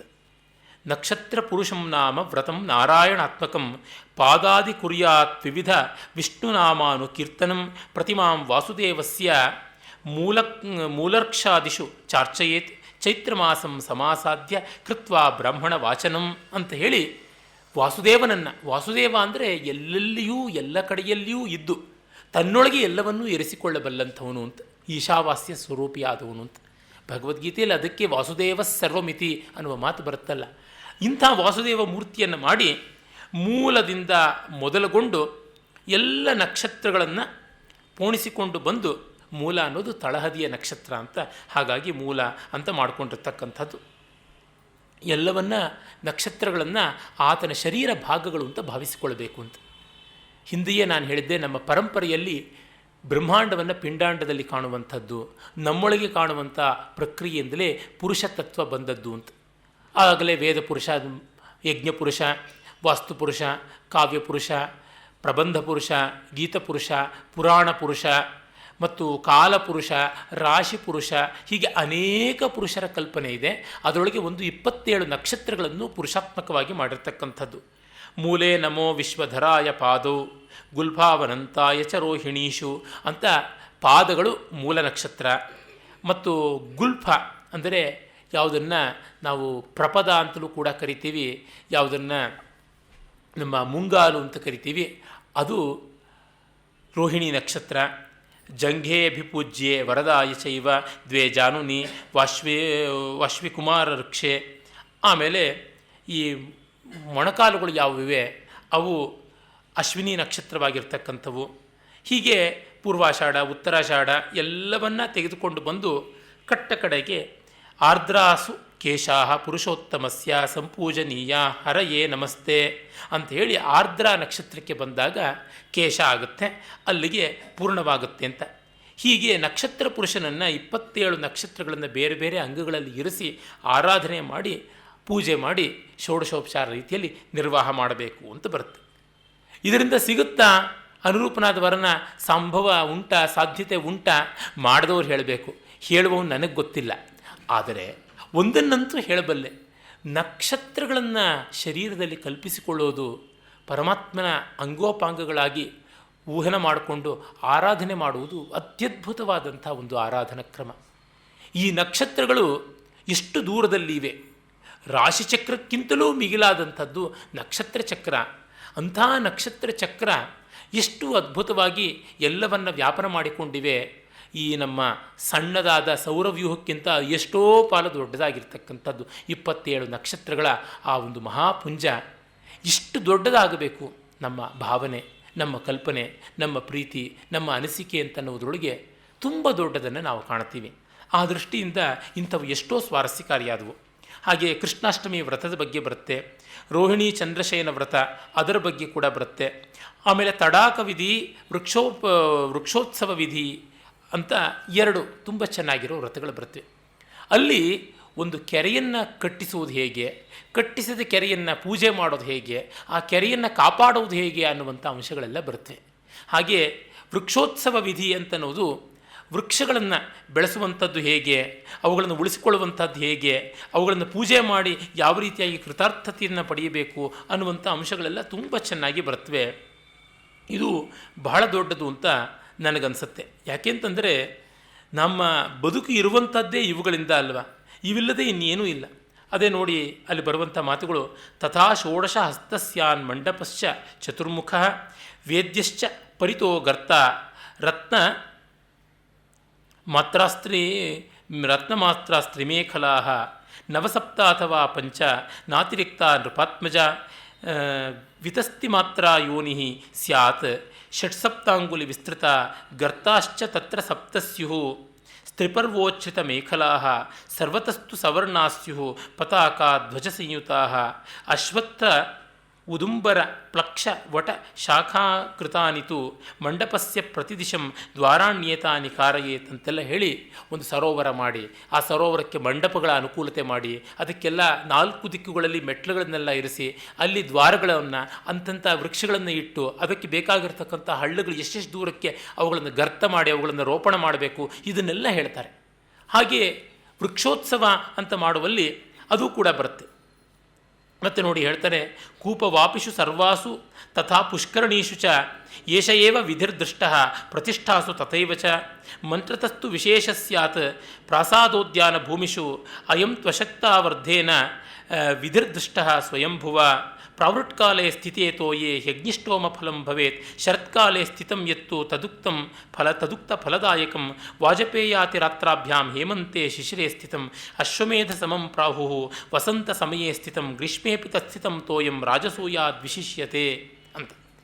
ಹೀಗೆ ನಾವು ಕಟ್ಟಿಸುವಂಥ ಸರೋವರದಲ್ಲಿ ವಾಪಿ ಕೂಪ ತಡಾಕಾದಿಗಳಲ್ಲಿ ವಸಂತ ಋತುವಿನಲ್ಲಿ ನೀರು ನಿಂತರೆ ಎಂಥ ಪುಣ್ಯ ಅಂದರೆ ಅಶ್ವಮೇಧ ಮಾಡಿದಂಥ ಪುಣ್ಯ ಬರುತ್ತೆ. ಗ್ರೀಷ್ಮದಲ್ಲಿ ಕೂಡ ನೀರು ನಿಂತಿದ್ದರೆ ರಾಜಸೂಯದ ಪುಣ್ಯ ಬರುತ್ತೆ. ವರ್ಷಾಕಾಲದಲ್ಲಿ ತುಂಬಿಕೊಂಡ್ರೆ ಅಗ್ನಿಷ್ಟೋಮದ ಫಲ ಬರುತ್ತೆ. ಶರತ್ಕಾಲದಲ್ಲಿದ್ದರೆ ಅದು ಬಂದು ಮತ್ತು ಅಗ್ನಿಷ್ಠೋಮದ ಫಲವನ್ನೇ ಕೊಡುತ್ತೆ. ವಾಜಪೇಯಿ ಯಾಗದ ಫಲವನ್ನು ಹೇಮಂತ ಶಿಶಿರಗಳಲ್ಲಿ ನೀರು ನಿಂತರೆ ಕೊಡುತ್ತೆ ಅಂತ. ಅಂದರೆ ವರ್ಷದ ಉದ್ದಕ್ಕೂ 6 ಋತುಗಳಲ್ಲೂ ಕೆರೆ ತುಂಬಿ ನೀರು ನಿಂತಿರುವಂತೆ, ಕಲ್ಯಾಣಿ ಕುಂಟೆ ಬಾವಿಗಳು ನೀರು ತುಂಬಿರುವಂತೆ ಮಾಡಿದ್ರೆ ಇಷ್ಟು ಫಲ ಇರುತ್ತೆ ಅಂತ ಹೇಳುವ ಮೂಲಕ ನೀರಿನ ವಸತಿ ಚೆನ್ನಾಗಿ ಮಾಡಲಿ ಅಂತೆಲ್ಲ. ಇದರೊಳಗೆ ಎಷ್ಟು ದೊಡ್ಡ ಭಾವನೆ ಇದೆ. ನಮ್ಮ ಕೆರೆ ಕಟ್ಟೆಗಳ ಪ್ರಪಂಚ ಅತ್ಯದ್ಭುತವಾದಂಥದ್ದು. ತಮಿಳುನಾಡಿನಲ್ಲಿ, ಕರ್ನಾಟಕದಲ್ಲಿ ವಿಶೇಷವಾಗಿ ಕೆರೆಗಳು ಯಾವ ಥರ ಇದ್ದವು ಅನ್ನೋದರ ಉಲ್ಲೇಖ, ಅದರ ಸಂಶೋಧನೆ ಮಾಡಿದ ಕೆಲವು ಪುಸ್ತಕಗಳನ್ನು ಕೂಡ ಓದಿದ್ದೀನಿ. ಅದೇ ತರಹ ಉತ್ತರ ಭಾರತದಲ್ಲಿ, ಮಧ್ಯಪ್ರದೇಶಾದಿಗಳಲ್ಲಿ ಕೂಡ ಇತ್ತು ಅಂತ ನಮಗೆ ಗೊತ್ತಾಗುತ್ತೆ. ಎಂತೆಂಥ ದೊಡ್ಡ ಕೆರೆಗಳನ್ನು ಕಟ್ಟಿಸಿದ್ರು. ಭೋಜಸಾಗರ ಅನ್ನುವುದು ಸಾಗರದಷ್ಟು ವಿಸ್ತಾರವಾಗಿರುವುದು ಅಂತ. ನಮ್ಮ ಹಳ್ಳಿಗಳಲ್ಲಿ ಎಲ್ಲಿ ನೋಡಲಿ, ಅದು ಯಾವುದೇ ಒಂದು ಊರಿಗೆ ಸಾಗರ ಅಂತಿದ್ದರೆ, ಸಮುದ್ರ ಅಂತಿದ್ದರೆ ದೊಡ್ಡ ಕೆರೆ ಇತ್ತು ಅಂತ ಅರ್ಥ. ಸಂದ್ರ ಅನ್ನೋದಷ್ಟೇ, ಈಗ ಜಕ್ ಸಂದ್ರ ಇರ್ಬೋದು, ಕ್ಯಾತ್ ಸಂದ್ರ ಇರ್ಬೋದು, ಅದೆಲ್ಲ ಸಮುದ್ರ ಅಂತ. ಜಕ್ಕ ಯಕ್ಷ ಸಮುದ್ರ ಅಂತ ಅರ್ಥ. ಹಾಗೆ ಖ್ಯಾತ ಅನ್ನೋದು ಅದೇ ರೀತಿಯಾಗಿರ್ತಕ್ಕಂಥದ್ದು. ವಿಖ್ಯಾತವಾದಂಥ ಒಂದು ಸಮುದ್ರ ಇತ್ತು, ಒಂದು ಸರೋವರ ಇತ್ತು ಅಂತ ಅರ್ಥ. ಸಮುದ್ರದಂತೆ ವಿಸ್ತಾರವಾದಂಥ ಕೆರೆಗಳು ಅಲ್ಲೆಲ್ಲ ಇದ್ದವು ಅಂತ. ಸಾಗರ ಅನ್ನೋದಕ್ಕೂ ಅದೇ ಅರ್ಥದಲ್ಲಿ ಬಂದಿರುವುದು. ಮತ್ತು ನೋಡಿ, ಇವತ್ತು ಬೆಂಗಳೂರಿನಲ್ಲಿಯೇ ಎಲ್ಲೆಲ್ಲಿ ಯಾವ್ಯಾವುದು ಪಾರ್ಕ್ ಆಗಿದೆ, ಮತ್ತು ಯಾವ್ಯಾವುದು ದೊಡ್ಡ ಮಾಲ್ ಆಗಿದೆ, ಯಾವ್ಯಾವುದೊಂದು ಸ್ಟೇಡಿಯಂ ಈ ಥರ ಎಲ್ಲ ಆಗಿದೆ ಅಂತ, ಅವೆಲ್ಲ ಕೆರೆಗಳೇ ಆಗಿದ್ದವು ಅಂತ ಗೊತ್ತಾಗುತ್ತೆ. ನಮ್ಮ ಮನೆ ಸುತ್ತಲಲ್ಲೇ ಒಂದು 6-7 ನಾನು ಈ ರೀತಿಯಾಗಿ ಗುರುತಿಸಿದ್ದೀನಿ. ಕೆಲವೆಲ್ಲ ನಾನು ನೋಡಿದ್ದು, ಕೆಲವೆಲ್ಲ ನೋಡೋಕ್ಕೆ ಮುಂಚೆನೇ ಇದ್ದಂಥದ್ದು. ಎಲ್ಲಿ ಒಂದು ಅಶ್ವತ್ಥ ವೃಕ್ಷ, ನಾಗರಕಟ್ಟೆ ಅಂತ ಎಲ್ಲಿರುತ್ತೆ, ಅಲ್ಲಿ ಹಿಂದೆಯೋ ಮುಂದೆಯೋ ಎಲ್ಲಿಯೋ ಒಂದು ಕಡೆ ಒಂದು ಸಣ್ಣದೋ ದೊಡ್ಡದೋ ಕೆರೆ ಇದ್ದೇ ಇರುತ್ತೆ. ಅದು ಗೊತ್ತಾಗುತ್ತೆ. ಈ ತರಹ ನಮ್ಮ ಪರಂಪರೆ ಬೆಳೆಸಿದ್ರಿಂದ ಮಳೆ ಆಗಲಿ ಹೋಗಲಿ ಉಳಿತಾ ಇತ್ತು. ಮತ್ತು ಆ ಟ್ಯಾಂಕ್ ಸಿಸ್ಟಮ್ ಅಂತ, ಚೈನ್ ಆಫ್ ಟ್ಯಾಂಕ್ಸ್ ಅಂತೆಲ್ಲ ತುಂಬ ಚೆನ್ನಾಗಿರ್ತಕ್ಕಂಥದ್ದು. ಆ ಬಗ್ಗೆ ಆರ್ಕಾಟ್ ಪ್ರಾವಿನ್ಸ್ನಲ್ಲಿ ಎಷ್ಟು ಚೆನ್ನಾಗಿತ್ತು ಅನ್ನೋದನ್ನು ದೊಡ್ಡ ಸಂಶೋಧನೆ ಮಾಡಿದ್ದು ಗ್ರಂಥವೂ ಕೂಡ ಇದೆ. ಹಾಗೆ ವೃಕ್ಷಗಳ ಆರೋಪಣದ ಬಗ್ಗೆ ಕೂಡ ಬರುತ್ತೆ. ಎಷ್ಟು ಚೆನ್ನಾಗಿ ನೆಡಬೇಕು, ಯಾವ್ಯಾವ ರೀತಿಯಾದದ್ದು ನೆಡಬೇಕು ಮತ್ತು ಅವುಗಳನ್ನು ಹೇಗೆ ಪಾಲಿಸಬೇಕು, ಅವೆಲ್ಲ ತುಂಬ ಚೆನ್ನಾಗಿ ಬರುತ್ತೆ. ಮತ್ತು ಇವನ್ನೆಲ್ಲ ನಮಗೆ ಲಾಭದಾಯಕ ಅಂತ ಮಾತ್ರ ನಡುವುದಲ್ಲ, ಅವು ಪುಣ್ಯದಾಯಕ ಅಂತ ಮಾಡುವಂಥದ್ದು. ಇಹದಲ್ಲಿ ಫಲ ಕೊಡುತ್ತೆ, ದೃಷ್ಟ ಫಲ. ಅದಕ್ಕೆ ನಾವು ಮಾಡೋದೇನಷ್ಟು ದೊಡ್ಡದಲ್ಲ. ಕಗ್ಗದ ಆದಿಮ ಪದ್ಯದಲ್ಲಿ DVG ಹೇಳ್ತಾರಲ್ಲ, ಆವುದನ್ನು ಕಾಣದೊಡಮಳ್ತಿಯಿಂ ನಂಬಿಹುದೋ ಆ ವಿಚಿತ್ರಕ್ಕೆ ನಮಿಸೋ ಮಂಕುತಿಮ್ಮ. ಕಂಡದ್ದನ್ನು ನಮಿಸೋದ್ರೊಳಗೆ ಏನೂ ಆಶ್ಚರ್ಯವಿಲ್ಲ. ಕಾಣದೊಡಂ, ಪುಣ್ಯ ಬರುತ್ತೆ ಪರಲೋಕದಲ್ಲಿ, ಪರಲೋಕೆ ಮಹೀಯತೆ ಅಂತ ಅಷ್ಟು ಬಂದುಬಿಡುತ್ತೆ ಪುರಾಣಗಳಲ್ಲಿ ವಾಕ್ಯ. ಅದನ್ನು ನಂಬಿಕೊಂಡು ಮಾಡುವುದಿದೆಯಲ್ಲ, ಎಷ್ಟು ದೊಡ್ಡ ಶ್ರದ್ಧೆ. ಅಂಥ ಶ್ರದ್ಧೆಯನ್ನು ಎಷ್ಟು ಶತಶತಮಾನಗಳ ಕಾಲ ಉಳಿಸಿದ್ರು. ಅದು ಏನು ಯುನೆಸ್ಕೋಯಿಂದ ಸಾಧ್ಯವಾಗುತ್ತೆ, UNO ಇಂದ ಸಾಧ್ಯವಾಗುತ್ತೆ, ಯಾವುದರಿಂದ ಸಾಧ್ಯವಾಗುತ್ತೆ? ಎಷ್ಟೆಷ್ಟು ಪಂಚವಾರ್ಷಿಕ ಯೋಜನೆ ಎಲ್ಲ 50 ವಾರ್ಷಿಕ ಯೋಜನೆಗಳು ಬಂದರೂ ಏನು ಮಾಡೋದಕ್ಕೆ ಸಾಧ್ಯ ಇಲ್ಲ. ಜನಮಾನಸದಲ್ಲಿ ಶ್ರದ್ಧೆಯನ್ನು ಬಿಂಬಿಸೋದಕ್ಕೆ ಒಂದು ಕಾನ್ಸ್ಟಿಟ್ಯೂಷನ್ನಲ್ಲಿ ಒಂದು ಅಮೆಂಡ್ಮೆಂಟ್ ಮಾಡಿದ್ರೆ ಆಗುತ್ತೆ, ಅಸೆಂಬ್ಲಿನಲ್ಲಿ ಒಂದು ಬಿಲ್ ಮಾಡಿದ್ರೆ ಆಗುತ್ತೆ, ಪಾರ್ಲಿಮೆಂಟಲ್ಲಿ ಒಂದು ಆ್ಯಕ್ಟ್ ಮಾಡಿದ್ರೆ ಆಗುತ್ತೆ? ಖಂಡಿತ ಆಗೋಲ್ಲ. ಅದಕ್ಕೆ ದೈವಶ್ರದ್ಧೆ ಬೇಕು, ಪರಂಪರೆಯ ಶ್ರದ್ಧೆ ಬೇಕು, ಶ್ರುತಿ ಇತಿಹಾಸ ಪುರಾಣಾದಿಗಳಲ್ಲಿ ಗೌರವ ಬೇಕು. ಅದರಂತೆ ಅದಕ್ಕೆ ತಕ್ಕಂತೆ ಬಾಳಿದ ಲಕ್ಷಾಂತರ ಜನರ ಶತಶತಮಾನಗಳ ಸಾಕ್ಷಾತ್ ಉದಾಹರಣೆ ಬೇಕು. ಇದನ್ನು ನಂಬಿಕೊಂಡು ಬಾಳದವರು ಇಂಥ ಜನ ಇದ್ದಾರೆ, ಅವ್ರು ನೋಡಿದ್ದೀವಿ, ಅವ್ರನ್ನ ಕಂಡಿದ್ದೀವಿ ಅನ್ನುವಂಥ ಶ್ರದ್ಧೆ ಬೇಕು. ಇದು ಹೇಗೆ ಸಾಧ್ಯವಾಗುತ್ತೆ? ಲಿವಿಂಗ್ ಟ್ರೆಡಿಷನ್ ಅನ್ನುವುದರ ಶಕ್ತಿ ಇದೇ ತಾನೆ. ಅದಕ್ಕಾಗಿ ಇಲ್ಲಿ ನೋಡಿ ಹೇಳ್ತಾರೆ, ಯಶ್ಚೈಕಮಪಿ ರಾಜೇಂದ್ರ ವೃಕ್ಷಂ ಸಂಸ್ಥಾಪಯೇನ್ನರಃ ಸೋಪಿ ಸ್ವರ್ಗೇ ವಸೇದ್ರಾಜನ್ ಯಥಾ ಇಂದ್ರ ಯಥಾ ವಸೇದ್ರಾಜನ್ ಯಾವದಿಂದ್ರಾಯುತಂ ತ್ರಯಂ.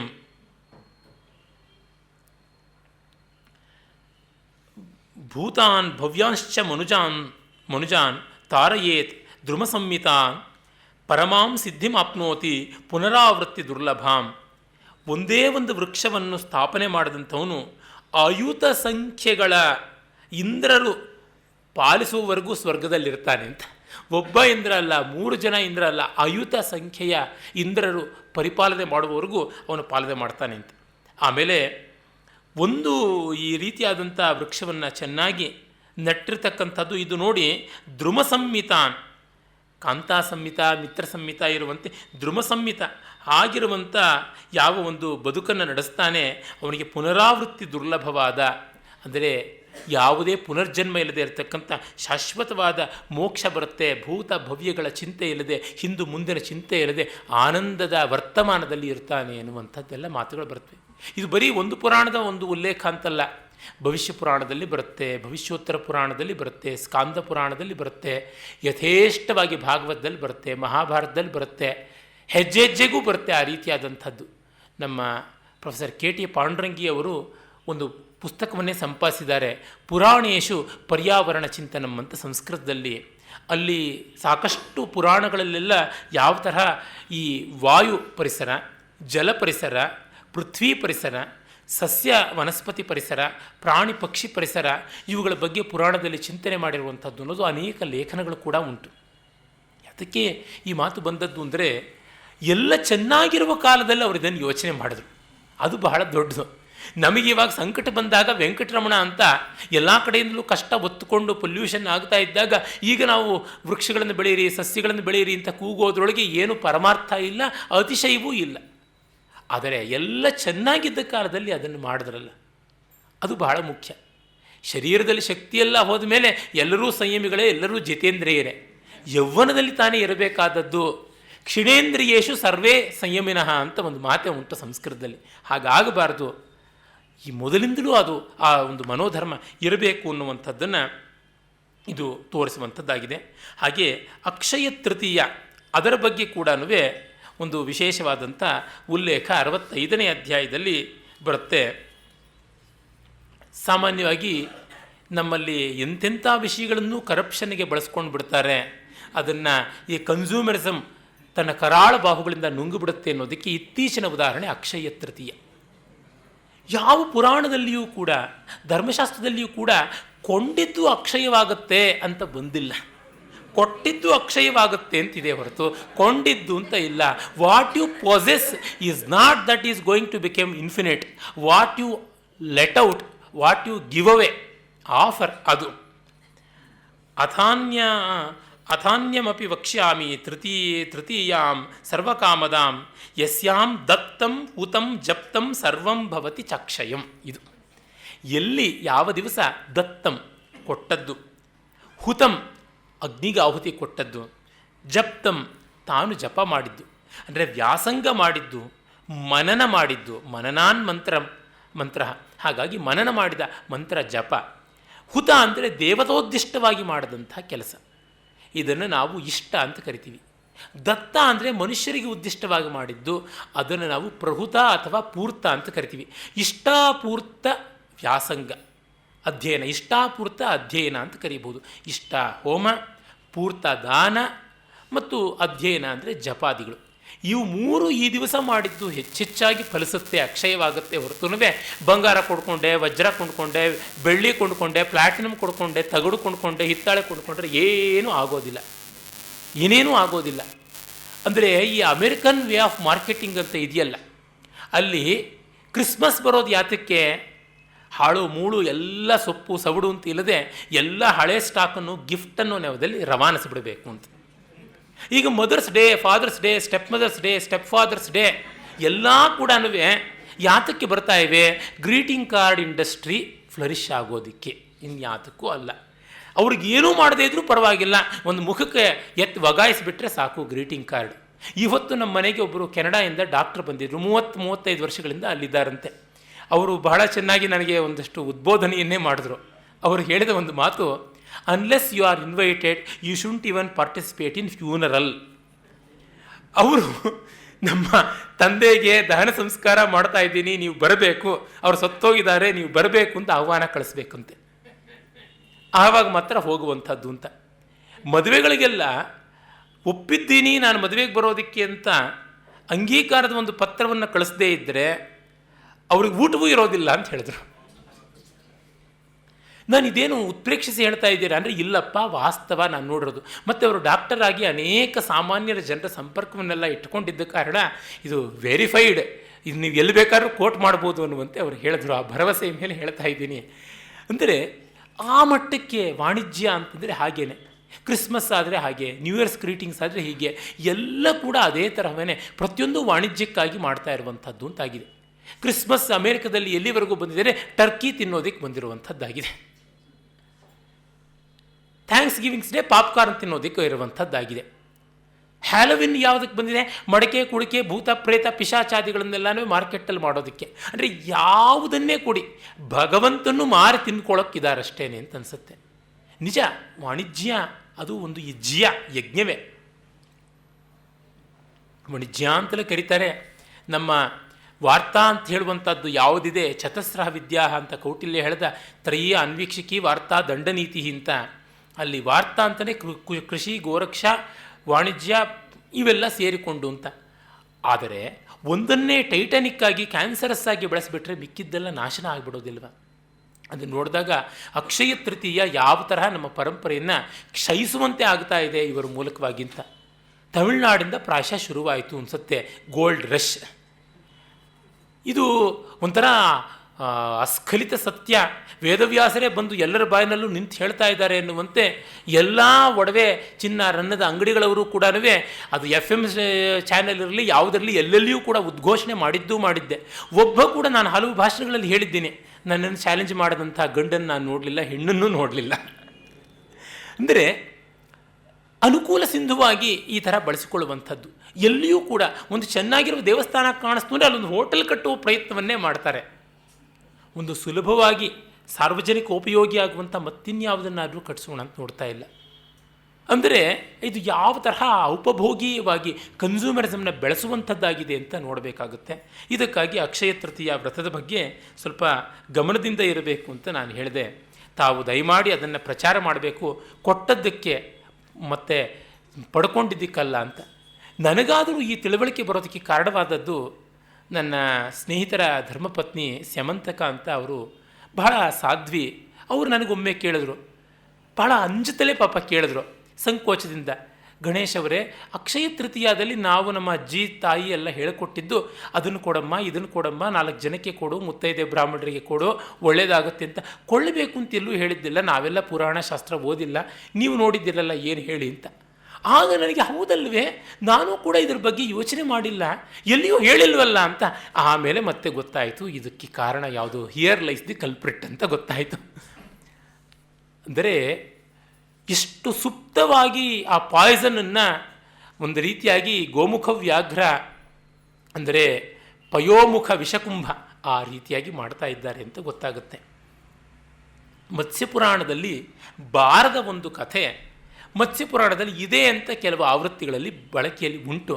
ಅದು ಏನಂದರೆ, ಈ ಬಿಬಿ ನಾಂಚಾರ್ ಅಂತ, ಬಿಬಿ ನಾಂಚಾರಮ್ಮ ಅಂತ ಹೇಳ್ತೀವಿ, ವೆಂಕಟೇಶ್ವರ ಒಬ್ಬ ಮುಸ್ಲಿಂ ಹುಡುಗಿಯನ್ನು ಮದುವೆ ಆದ ಅಂತ. ಅದು ಯಾರೋ ಹಿಂದೂ ಮುಸ್ಲಿಂ ಬಾಯಿ ಮಾಡಬೇಕು ಅಂತಿರೋರು ಸೇರಿಸಿದ್ದು ಅನಿಸುತ್ತೆ.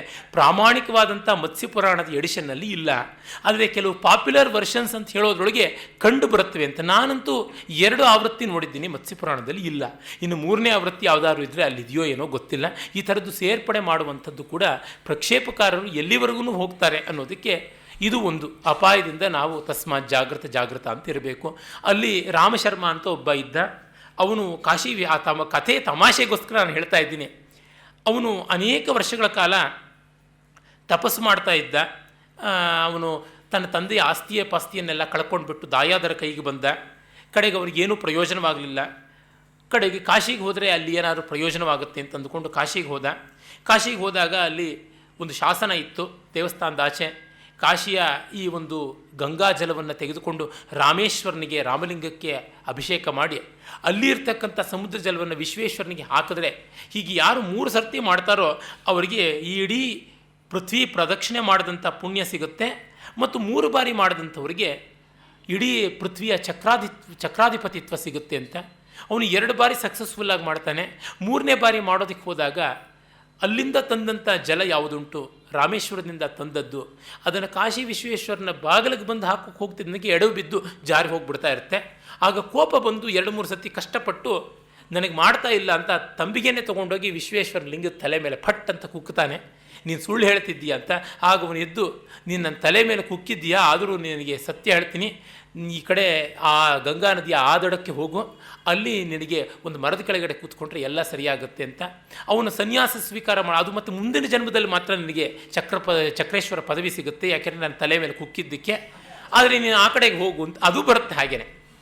ಆಗ ಅವನು ಆ ಕಡೆ ಹೋಗಿ ಕೂತ್ಕೋತಾನೆ ಸನ್ಯಾಸವನ್ನು ತೊಗೊಂಡು. ಮುಂದಿನ ಜನ್ಮ ಅಂದರೆ ಸನ್ಯಾಸ ತಾನೆ. ಉಪಾಯ ಮಾಡಿಬಿಡ್ತಾನೆ ಬ್ರಾಹ್ಮಣ. ಆಗ ಅಲ್ಲಿ ಒಬ್ಬ ಮುಸ್ಲಿಂ ದೊರೆ ಸತ್ತೋಗಿರ್ತಾನೆ. ಅವನು ಉತ್ತರಾಧಿಕಾರಿ ಯಾರು ಅಂತ ಕರಿಯ ಕೈಗೆ ಕೊಟ್ಟು ಕುಸುಮ ಮಾಲೆ ಪುರದಳು ಕಳಿಸ್ತಾರೆ. ಇವನು ಕೊರಳಿಗೆ ಹಾಕೋದು. ಮತ್ತು ಇವನು ಮುಸಲ್ಮಾನಾಗಿ ಕನ್ವರ್ಟ್ ಆಗಿಬಿಟ್ಟಿದ್ದನು. ಆ ಮುಲ್ಲಾಗಳು ಆಶ್ಚರ್ಯ ಪಡುವಂತೆ ಆ ತತ್ವವನ್ನೆಲ್ಲ ತಿಳ್ಕೊಂಡು ಎಲ್ಲ ಮಾಡ್ತಾನೆ. ಹಾಗೆ ಮಾಡುವಾಗ ಅವನಿಗೆ ತನ್ನನ್ನು ಇಷ್ಟು ಮುಸಲ್ಮಾನ ಆಗುವಷ್ಟು ಹೀನಕ್ಕೆ ತರಿಸ್ಬಿಟ್ನಲ್ಲ ಹಿಂದೂ ದೇವರು ಅಂತ ಕಾಶಿ ವಿಶ್ವೇಶ್ವರನ್ನೇ ಧ್ವಂಸ ಮಾಡಬೇಕು ಅಂತ ನೋಡ್ತಾನೆ. ಅಂದರೆ ಯಾರೋ ಹಿಂದುವೇ ಈ ಥರ ಮಾಡುವುದು ಅಂತ ತೋರಿಸೋದಕ್ಕೆ ಮಾಡಿದ್ರೋ ಎಂಥದ್ದೋ ಗೊತ್ತಿಲ್ಲ. ಆಮೇಲೆ ಎಲ್ಲ ದೇವಸ್ಥಾನಗಳನ್ನು ಎಲ್ಲವನ್ನು ಧ್ವಂಸ ಮಾಡಿ ಆ ದೇವಸ್ಥಾನದ ಉತ್ಸವ ಮೂರ್ತಿಗಳನ್ನೆಲ್ಲ ತನ್ನ ಬೊಕ್ಕಸದಲ್ಲಿ ತಂದು ತುಂಬಿಕೊಂಡು ಬಿಡ್ತಾನೆ. ಆಗ ವೆಂಕಟೇಶ್ವರನ ಮೂರ್ತಿಯನ್ನು ನಮಗೆ ಕೊಡಬೇಕು ಅಂತ ಹೇಳ್ಬಿಟ್ಟಿದ್ದನು. ಇವರು ಬಂದು ಕೇಳ್ತಾರೆ. ಮತ್ತು ಅವನಿಗೆ ಒಂದು ಒಳ್ಳೆ ಬುದ್ಧಿ ಬರುತ್ತೆ. ಅದು ಹೇಗೆ ಬರುತ್ತೋ ಇದ್ದಕ್ಕಿದ್ದಂತೆಯೇ ಎಲ್ಲ ದೇವರುಗಳನ್ನು ಮತ್ತೆ ಉದ್ಧಾರ ಮಾಡಬೇಕು ಅಂತ ಎಲ್ಲ ಹಂಚಿಕೊಡ್ತಾನೆ. ಈಗ ವೆಂಕಟೇಶ್ವರನ ವಿಗ್ರಹವನ್ನು ಪಡ್ಕೊಳ್ಳೋದಕ್ಕೆ ಅಂತ ತಿರುಮಲ ಕ್ಷೇತ್ರದಿಂದ ಬರ್ತಾರೆ. ಇವನ ಮಗಳು ತಾನು ಬಿಟ್ಟುಕೊಡಲ್ಲ ಅಂತ ಹೇಳ್ತಾಳೆ. ಹಾಗಾಗಿ ಅವಳೇ ನಾಯಕಿಯಾಗಿ, ನಾಚ್ಯಾರ್ ಅಂತಂದರೆ ನಾಯಕಿ ಅಂತ, ಹಾಗಾಗಿ ಅವಳು ಬರ್ತಾಳೆ. ಬೀಬಿ ಅಂತಂದರೆ ಮುಸಲ್ಮಾನರಲ್ಲಿ ಮಗು, ವತ್ಸೆ ಅನ್ನುವ ಅರ್ಥ ಉಂಟಲ್ಲ, ಹಾಗೆ ಅಂತ. ಈ ಕಥೆ ಹಾಸ್ಯಾಸ್ಪದವಾಗಿದೆ. ಈ ಥರದ ಕೆಲವು ಕಥೆಗಳು ಪುರಾಣದಲ್ಲಿ ಬರುತ್ತವೆ. ಅಂದರೆ ಅದು ಮುಸಲ್ಮಾನರು ಬಂದ ಮೇಲೆ ಯಾರೋ ಅವರ ಬಗ್ಗೆ ಸಹಾನುಭೂತಿಯಿಂದಲೋ ಅಥವಾ ರೋಷದಿಂದಲೋ ಸೇರಿಸಿದಂಥದ್ದು.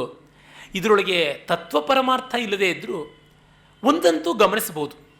ಪ್ರಯೋಜನಕಾರಿಯಾದ ಒಂದು ಏನಂದರೆ, ಎಷ್ಟೋ ಜನ ಸನಾತನ ಧರ್ಮೀಯರು ಬಲವಂತವಾಗಿಯೋ ಅನಿವಾರ್ಯವಾಗಿಯೋ ಮುಸಲ್ಮಾನರಾಗಿ ಮತ್ತೆ ಸ್ವಜಾತಿಗೆ ಸ್ವಧರ್ಮಕ್ಕೆ ಬರೋಕ್ಕಾಗದೆ ಆ ರೋಷದಿಂದ ಇದನ್ನೆಲ್ಲ ಹಾಳು ಮಾಡೋಕ್ಕೆ ಹೋದದ್ದು. ಆ ಥರದ್ದು ಸಾಧ್ಯವಾಗಿರುತ್ತೆ ಅಂತ ಅದು ನಿಜ ಆಗಿರೋದಕ್ಕೆ ಉಂಟು. ಈ ಥರದರ ಒಂದು ಬಹಳ ರಮಣೀಯವಾದಂಥ ಉದಾಹರಣೆಯನ್ನು ನಮ್ಮ ಆಂಧ್ರದ ದೊಡ್ಡ ಕಾದಂಬರಿಕಾರರಂಥ ನೋರಿ ನರಸಿಂಹಶಾಸ್ತ್ರಿ ಅಂತ ಅವರು ಮಲ್ಲಾರೆಡ್ಡಿ ಅಂತ ಹೇಳುವಂಥ ಒಂದು 14ನೇ ಶತಾಬ್ದಿಯ ಕಾದಂಬರಿ, ಅಲ್ಲಿ ಈ ಉತ್ತರ ಭಾರತದಿಂದ ಬಂದಂತಹ ಮೊಹಮ್ಮದ್ ಬಿನ್ ತೊಗಲಕ್ ಅವನ ಒಂದು ಸೇನಾ ದಾಂಧಲೆ ಯಾವ ಥರ ಆಯಿತು ಅಂತ ತೋರಿಸುವಾಗ ಹಲವು ದೃಷ್ಟಾಂತಗಳನ್ನು ಕೊಡ್ತಾರೆ. ಈ ಥರದ್ದು ಅನೇಕ ಬೇರೆ ಲೇಖಕರು ಕೂಡ ಕಥಾರೂಪದಲ್ಲಿ, ಕಾದಂಬರಿ ರೂಪದಲ್ಲಿ, ಸಾಕ್ಷಾತ್ ಇತಿಹಾಸವಾಗಿಯೇ ಬರೆದಿರೋದು ಕೂಡ ಕಾಣಿಸ್ತಾ ಇರುತ್ತೆ. ಪ್ರಯೋಜನಕಾರಿಯಾದಂಥ ಮಾಹಿತಿ ಅಲ್ಲಿ ಸಿಗುತ್ತೆ. ಇದು ಕುಲಕ್ಕೆ ಕೊಡಲಿಕ್ಕಾವು ಅಂತ ಆಗುತ್ತೆ. ಅಲ್ಲಿ ನಾವು ಸನಾತನ ಧರ್ಮೀಯರು ಪುನಃಶುದ್ಧೀಕರಣ ಮಾಡಿಕೊಂಡು ಅಂಥವರನ್ನು ವಾಪಸ್ ತೆಗೊಳ್ಳುವಂಥ ಔದಾರ್ಯವನ್ನು ಇರಿಸಿಕೊಳ್ಳದ ಕಾಲದಲ್ಲಿ ಇವೆಲ್ಲ ಬಂದದ್ದು. ಹಾಗಿದ್ದಿದ್ದರೆ ಇಷ್ಟು ಅನಾಹುತಗಳಾಗ್ತಾ ಇರಲಿಲ್ವೇನೋ. ಇನ್ನೊಂದು ವಿವೇಚನೆಯಿಂದ ಮತ್ತಷ್ಟು ದೂರದೃಷ್ಟಿಯಿಂದ ನೋಡಬೇಕಾಗಿತ್ತ, ವಿದ್ಯಾರಣ್ಯರು ಮಾಡದಂತೆ ಮಾಡಬೇಕಿತ್ತ ಅಂತ ಅನಿಸುತ್ತೆ. ಇರಲಿ, ಇನ್ನು ನಾವು ಮುಂದಿನ ಪುರಾಣಕ್ಕೆ ಹೋಗಬೇಕು. ಅದು ವಾಯುಪುರಾಣ. ವಾಯುಪುರಾಣ ಸಾಕಷ್ಟು ವಿಸ್ತಾರವಾದಂಥದ್ದು. ಆದರೆ ಮತ್ಸ್ಯಪುರಾಣದಷ್ಟು ವಿಸ್ತಾರವಾದದ್ದು ಅಲ್ಲ. ಮತ್ಸ್ಯಪುರಾಣದಲ್ಲಿ ಬೇಕಾದಷ್ಟು ಸಂಗತಿಗಳು ಬರ್ತವೆ. ಆದರೆ ಏನಾಗಿದೆ ಅಂತಂದರೆ, ನನಗೆ ಅಷ್ಟನ್ನು ವಾಯುಪುರಾಣವನ್ನಷ್ಟನ್ನು ಈ ಅರ್ಧ ಗಂಟೆಯಲ್ಲಿ ಮುಗಿಸೋಕ್ಕೆ ಆಗ್ತಾ ಇಲ್ಲ. ಪೂರ್ತಿ ಮಾಡೋದಕ್ಕೆ ಆಗದೆ ವಾಯುಪುರಾಣವನ್ನು ಹೇಳುವುದು ಸರಿಯಾಗೋದಿಲ್ಲ. ಆ ಕಾರಣದಿಂದ ಮತ್ಸ್ಯಪುರಾಣದ ಕೆಲವು ಶಾಸ್ತ್ರೀಯವಾದಂಥ ವಿಷಯಗಳನ್ನು ತೆಗೆದುಕೊಂಡು ಆ ಒಂದು ಅಂಶವನ್ನು ಇನ್ನು ಉಳಿದ ಅರ್ಧ ಗಂಟೆಯಲ್ಲಿ ಮುಗಿಸುವಂಥ ಪ್ರಯತ್ನ ಮಾಡ್ಬೋದು. ಸಾಮಾನ್ಯವಾಗಿ ಈ ಒಂದು ಉಪನ್ಯಾಸ ಮಾಲಿಕೆಯಲ್ಲಿ ಹೆಚ್ಚಿನ ಶಾಸ್ತ್ರ ವಿಷಯಗಳನ್ನು ತೆಗೆದುಕೊಂಡು ಚರ್ಚೆ ಮಾಡುವುದು ಬೇಡ ಅಂತ ಅಂದುಕೊಂಡಿದ್ದೆ. ಆದರೆ ಅದು ಒಂದು ದೈವಾಯತ್ತವಾಗಿ ಪುರಾಣದಲ್ಲಿ ಬಂದಿರುವುದು ಹೇಳಲೇಬೇಕು ಅಂತ ಅನಿಸುವಂತೆ ಸಮಯ ಆಗಿದ್ದರಿಂದ ಆ ಥರವೇ ಹೇಳುವ ಪ್ರಯತ್ನ ಮಾಡ್ತಾ ಇದ್ದೀನಿ. ಮತ್ಸ್ಯಪುರಾಣದಲ್ಲಿ ಗೋತ್ರ ಸೂತ್ರ ಪ್ರವರಗಳ ಬಗ್ಗೆ ಕೂಡ ಸಾಕಷ್ಟು ಬರ್ತವೆ. ನಮ್ಮಲ್ಲಿ ಇದು ಬಹಳ ವಿಶೇಷವಾದದ್ದು. ನಮ್ಮ ಭಾರತೀಯ ಸಂಸ್ಕೃತಿ ಹಲವು ಬಗೆಯಲ್ಲಿ ತನ್ನ ಮೂಲಗಳನ್ನು ಕಾಪಾಡಿಕೊಂಡಿದೆ. ರಾಜವಂಶ, ಋಷಿವಂಶ ಇವುಗಳ ಮೂಲಕ ಒಂದು ತರಹ, ಆದರೆ ಗೋತ್ರ ಪ್ರವರಗಳ ಮೂಲಕವಾಗಿ ಒಂದು ತರಹ. ಗೋತ್ರ, ಗೋ ಅಂತಂದರೆ ವಾಕ್ಕು ಅಂತನ್ನುವಂಥ ಅರ್ಥ ಉಂಟು. ಅದನ್ನು ಕಾಪಾಡುವಂಥದ್ದು ವೇದ ಅಂತಲೂ ಅರ್ಥ ಉಂಟು. ಅದು ತ್ರ ಅಂತ. ವೇದವನ್ನು ಕಾಪಾಡುವವನು ಯಾರು? ಒಬ್ಬ ದೊಡ್ಡ ವೇದವನ್ನು ದರ್ಶನದ ಮೂಲಕವಾಗಿ ಕಂಡುಕೊಂಡಂಥ ಋಷಿ. ಹಾಗಾಗಿ ಗೋತ್ರ ಆ ಋಷಿಯ ನಾಮಧೇಯದಿಂದ ಆಗುತ್ತೆ. ಯಾವನಿಂದಾಗಿ ಒಬ್ಬನು ವೇದವನ್ನು ಗ್ರಹಿಸಿರ್ತಾನೋ, ಉಪಾಧ್ಯಾಯನಾಗಿ ಯಾವನಿರ್ತಾನೆ, ಕುಲಪುರೋಹಿತನಾಗಿ ಯಾವನಿರ್ತಾನೆ, ಮಾರ್ಗದರ್ಶನ ಮಾಡ್ತಾನೆ, ಅವನ ಗೋತ್ರಕ್ಕೆ ಸಂದದ್ದಾಗತ್ತೆ. ಮತ್ತು ಪ್ರವರ ಅಂತಂದರೆ ಶ್ರೇಷ್ಠರಾದವರು ಅಂತ. ಪ್ರಕೃಷ್ಟ ವೃತಾ ಪ್ರಕೃಷ್ಟೇನ ವೃತಾ ಯೇ ತೇ ಪ್ರವರಾಹ ತೇಷಾಂ ಅಯಂ ಪ್ರವರಃ ಅಂತ ಹಾಗೆ ಅರ್ಥ ಮಾಡಬಹುದು. ಅಂದರೆ ವಿಶೇಷವಾಗಿ ನಾವು ಯಾರನ್ನು ಗೌರವಿಸ್ತೀವಿ ಆ ಪರಂಪರೆಯಲ್ಲಿ ಅಂಥವರು. ಹಾಗಾಗಿ ಒಂದೊಂದು ಗೋತ್ರಕ್ಕೂ ಹಲವು ಜನ ಪ್ರವರದಲ್ಲಿ ಬರುವಂಥ ಋಷಿಗಳು ಇರ್ತಾರೆ. ಅದು 3 ಜನ ಇರಬಹುದು, ಒಬ್ಬರೇ ಇರಬಹುದು. ಏಕಾರ್ಷೇಯ, ತ್ರ್ಯಾರ್ಷೇಯ, ಪಂಚಾರ್ಷೇಯ, ಸಪ್ತಾರ್ಷೇಯ ಅಂತೆಲ್ಲ ಉಂಟು. 7 ಋಷಿಗಳು, 3 ಋಷಿಗಳು, 5 ಋಷಿಗಳು ಅಂತ ಹೀಗೆಲ್ಲ ಇದ್ದಾರೆ. ಅವರನ್ನು ಸ್ಮರಿಸಿಕೊಳ್ಳುವ ಮೂಲಕ ಆಗುವುದೇನೆಂದರೆ, ನಾನು ಇಂಥ ಉನ್ನತವಾದ ಪರಂಪರೆಗೆ ಸೇರಿದ್ದೀನಿ, ಹಾಗಾಗಿ ನಾನು ನೀತಿಬಾಹಿರ ಆಗಬಾರ್ದು, ಧರ್ಮಬಾಹಿರ ಆಗಬಾರ್ದು ಅಂತನ್ನುವ ಎಚ್ಚರಿಕೆ. ಮತ್ತೆ ಮತ್ತೆ ನಮ್ಮ ವಂಶ ಇಂಥದ್ದು, ನಮ್ಮ ಘನತೆ ಎಂದತ್ತು, ಹಿಂದು ಮುಂದೆ ಇಲ್ಲದೆ ಬಂದವರಲ್ಲ ನಾವು ಅನ್ನುವಂಥ ಒಂದು ಕೃತಜ್ಞತೆಯ, ಕೃತಾರ್ಥತೆಯ ಭಾವ. ಮತ್ತು ಇದು ಬರೀ ಬ್ರಾಹ್ಮಣರಿಗೆ ಅಲ್ಲ, ಎಲ್ಲರಿಗೂ ಇದ್ದದ್ದು ಹೌದು.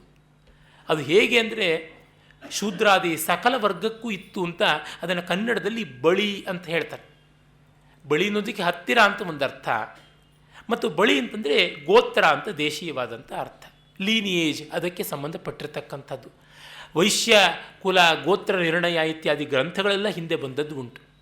ಮತ್ತು ಯಾರನ್ನು ಪುರೋಹಿತರಾಗಿಟ್ಟುಕೊಂಡ್ರೆ ಅವರ ಗೋತ್ರ ಆಗುತ್ತೆ, ಮಾರ್ಗದರ್ಶಕರನ್ನು ಗೋತ್ರವಾಗಿಟ್ಟುಕೊಳ್ಳೋದು ಅಂತ. ಈ ಬಗ್ಗೆ ನಾನು ಹಿಂದೆ ಷೋಡಶ ಸಂಸ್ಕಾರಗಳ ಬಗ್ಗೆ ಮಾತನಾಡುವಾಗ ಹೇಳಿದ ಕಾರಣ ವಿಸ್ತರಿಸಬೇಕಾಗಿಲ್ಲ, ಆ ಥರದ್ದು ಬರುತ್ತೆ.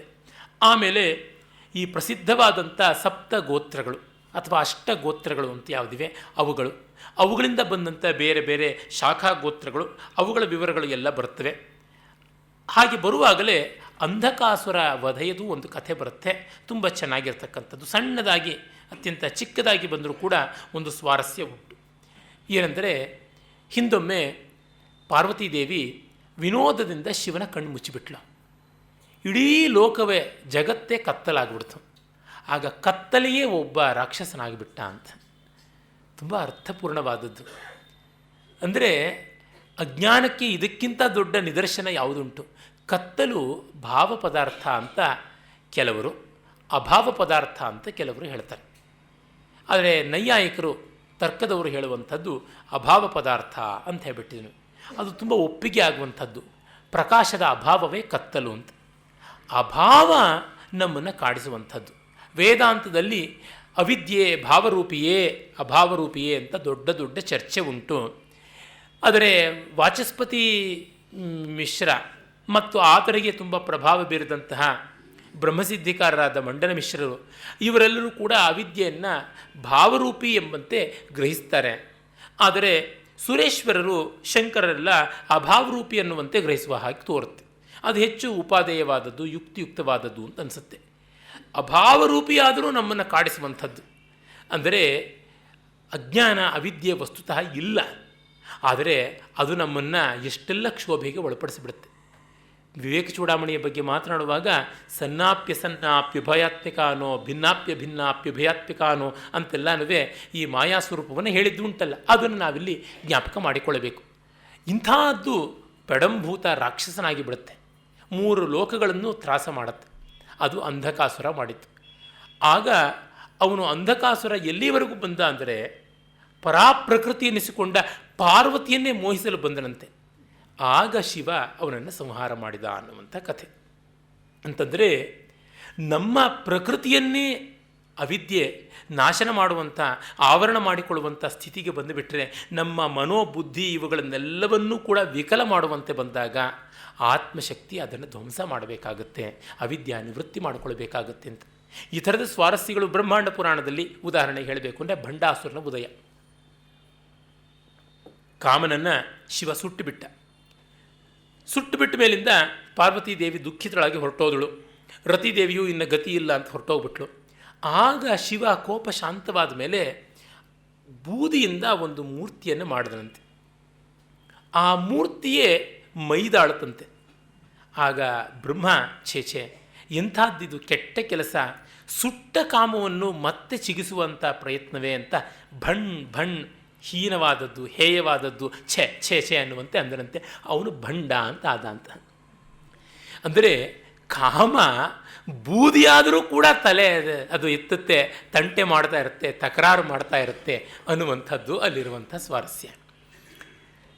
ಅಂದರೆ ಸತ್ತರೂ ಬಿಡನೆಂಬುದು ಈ ಮಾಯೆ ಅಂತ ವಚನದಲ್ಲಿ ಬರುತ್ತಲ್ಲ, ಆ ಥರ ಬಿಟ್ಟರೆ ಬಿಡನೆಂಬುದು ಈ ಮಾಯೆ, ಸುಟ್ಟರೆ ಸುಡನೆಂಬುದು ಈ ಮಾಯೆ ಅಂತ ಹಾಗೆ ಆಗುವಂಥದ್ದು. ಅದನ್ನು ಮತ್ತೆ ಪರಾಶಕ್ತಿ ಲಲಿತಾ ತ್ರಿಪುರ ಸುಂದರಿ ಆಕೆ ಭಂಡಾಸುರನನ್ನು ಸಂಹಾರ ಮಾಡಿದಳು. ಯಾವ ರೀತಿ?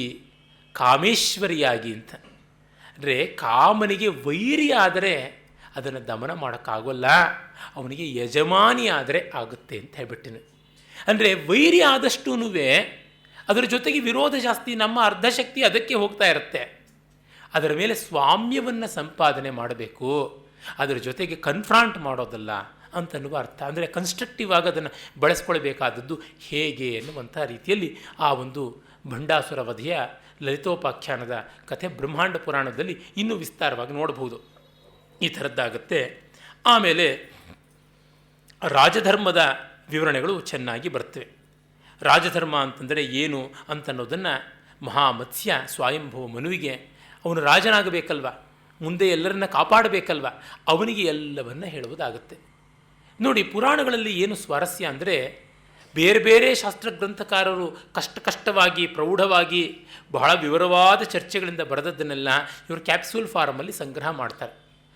ನಮ್ಮ ಪುರಾಣಗಳಲ್ಲಿ ಮನು, ಯಾಜ್ಞವಲ್ಕ್ಯ, ಪರಾಶರ, ಗೌತಮ ಇತ್ಯಾದಿ ಸ್ಮೃತಿಕಾರರು, ವಿಶೇಷತಃ ಯಾರು ಮನು, ಯಾಜ್ಞವಲ್ಕ್ಯ, ಪರಾಶರ ಅವರದೆಲ್ಲ ವಾಕ್ಯಗಳು ಹಾಗಾಗಿಯೇ ಬಂದುಬಿಡುತ್ತೆ. ಜ್ಯೋತಿಷ ಬೇಕು ಅಂತಂದರೆ ವರಾಹಮಿಹಿರನ ಬೃಹತ್ ಸಂಹಿತೆಯ ಸಾಕಷ್ಟು ವಿವರಗಳು ಹಾಗಾಗಿ ಇಲ್ಲಿ ಬಂದುಬಿಡುತ್ತವೆ. ಶಿಲ್ಪ ಇತ್ಯಾದಿಗಳು ಬೇಕು ಅಂತಂದರೆ ಮಾನಸಾರ, ಮಯಮತ ಇತ್ಯಾದಿ ಗ್ರಂಥಗಳು ಬಂದುಬಿಡುತ್ತವೆ. ವಿಶ್ವರೂಪ ಸಂಹಿತ, ಹನುಮತ್ ಶಿಲ್ಪ, ಕಾಶ್ಯಪ ಶಿಲ್ಪ ಈ ರೀತಿಯಾದದ್ದು ಬರುತ್ತವೆ. ಆಯುರ್ವೇದ ಅಂತಂದರೆ ಬೃಹತ್ತರಿ ಅಂತ ಯಾವುದು ಹೇಳ್ತೀವಿ, ಚರಕ, ಸುಶ್ರುತ, ವಾಗ್ಭಟ ಅಲ್ಲಿಂದ ತೆಗೆದುಕೊಂಡದ್ದು ಕಾಣಿಸುತ್ತೆ.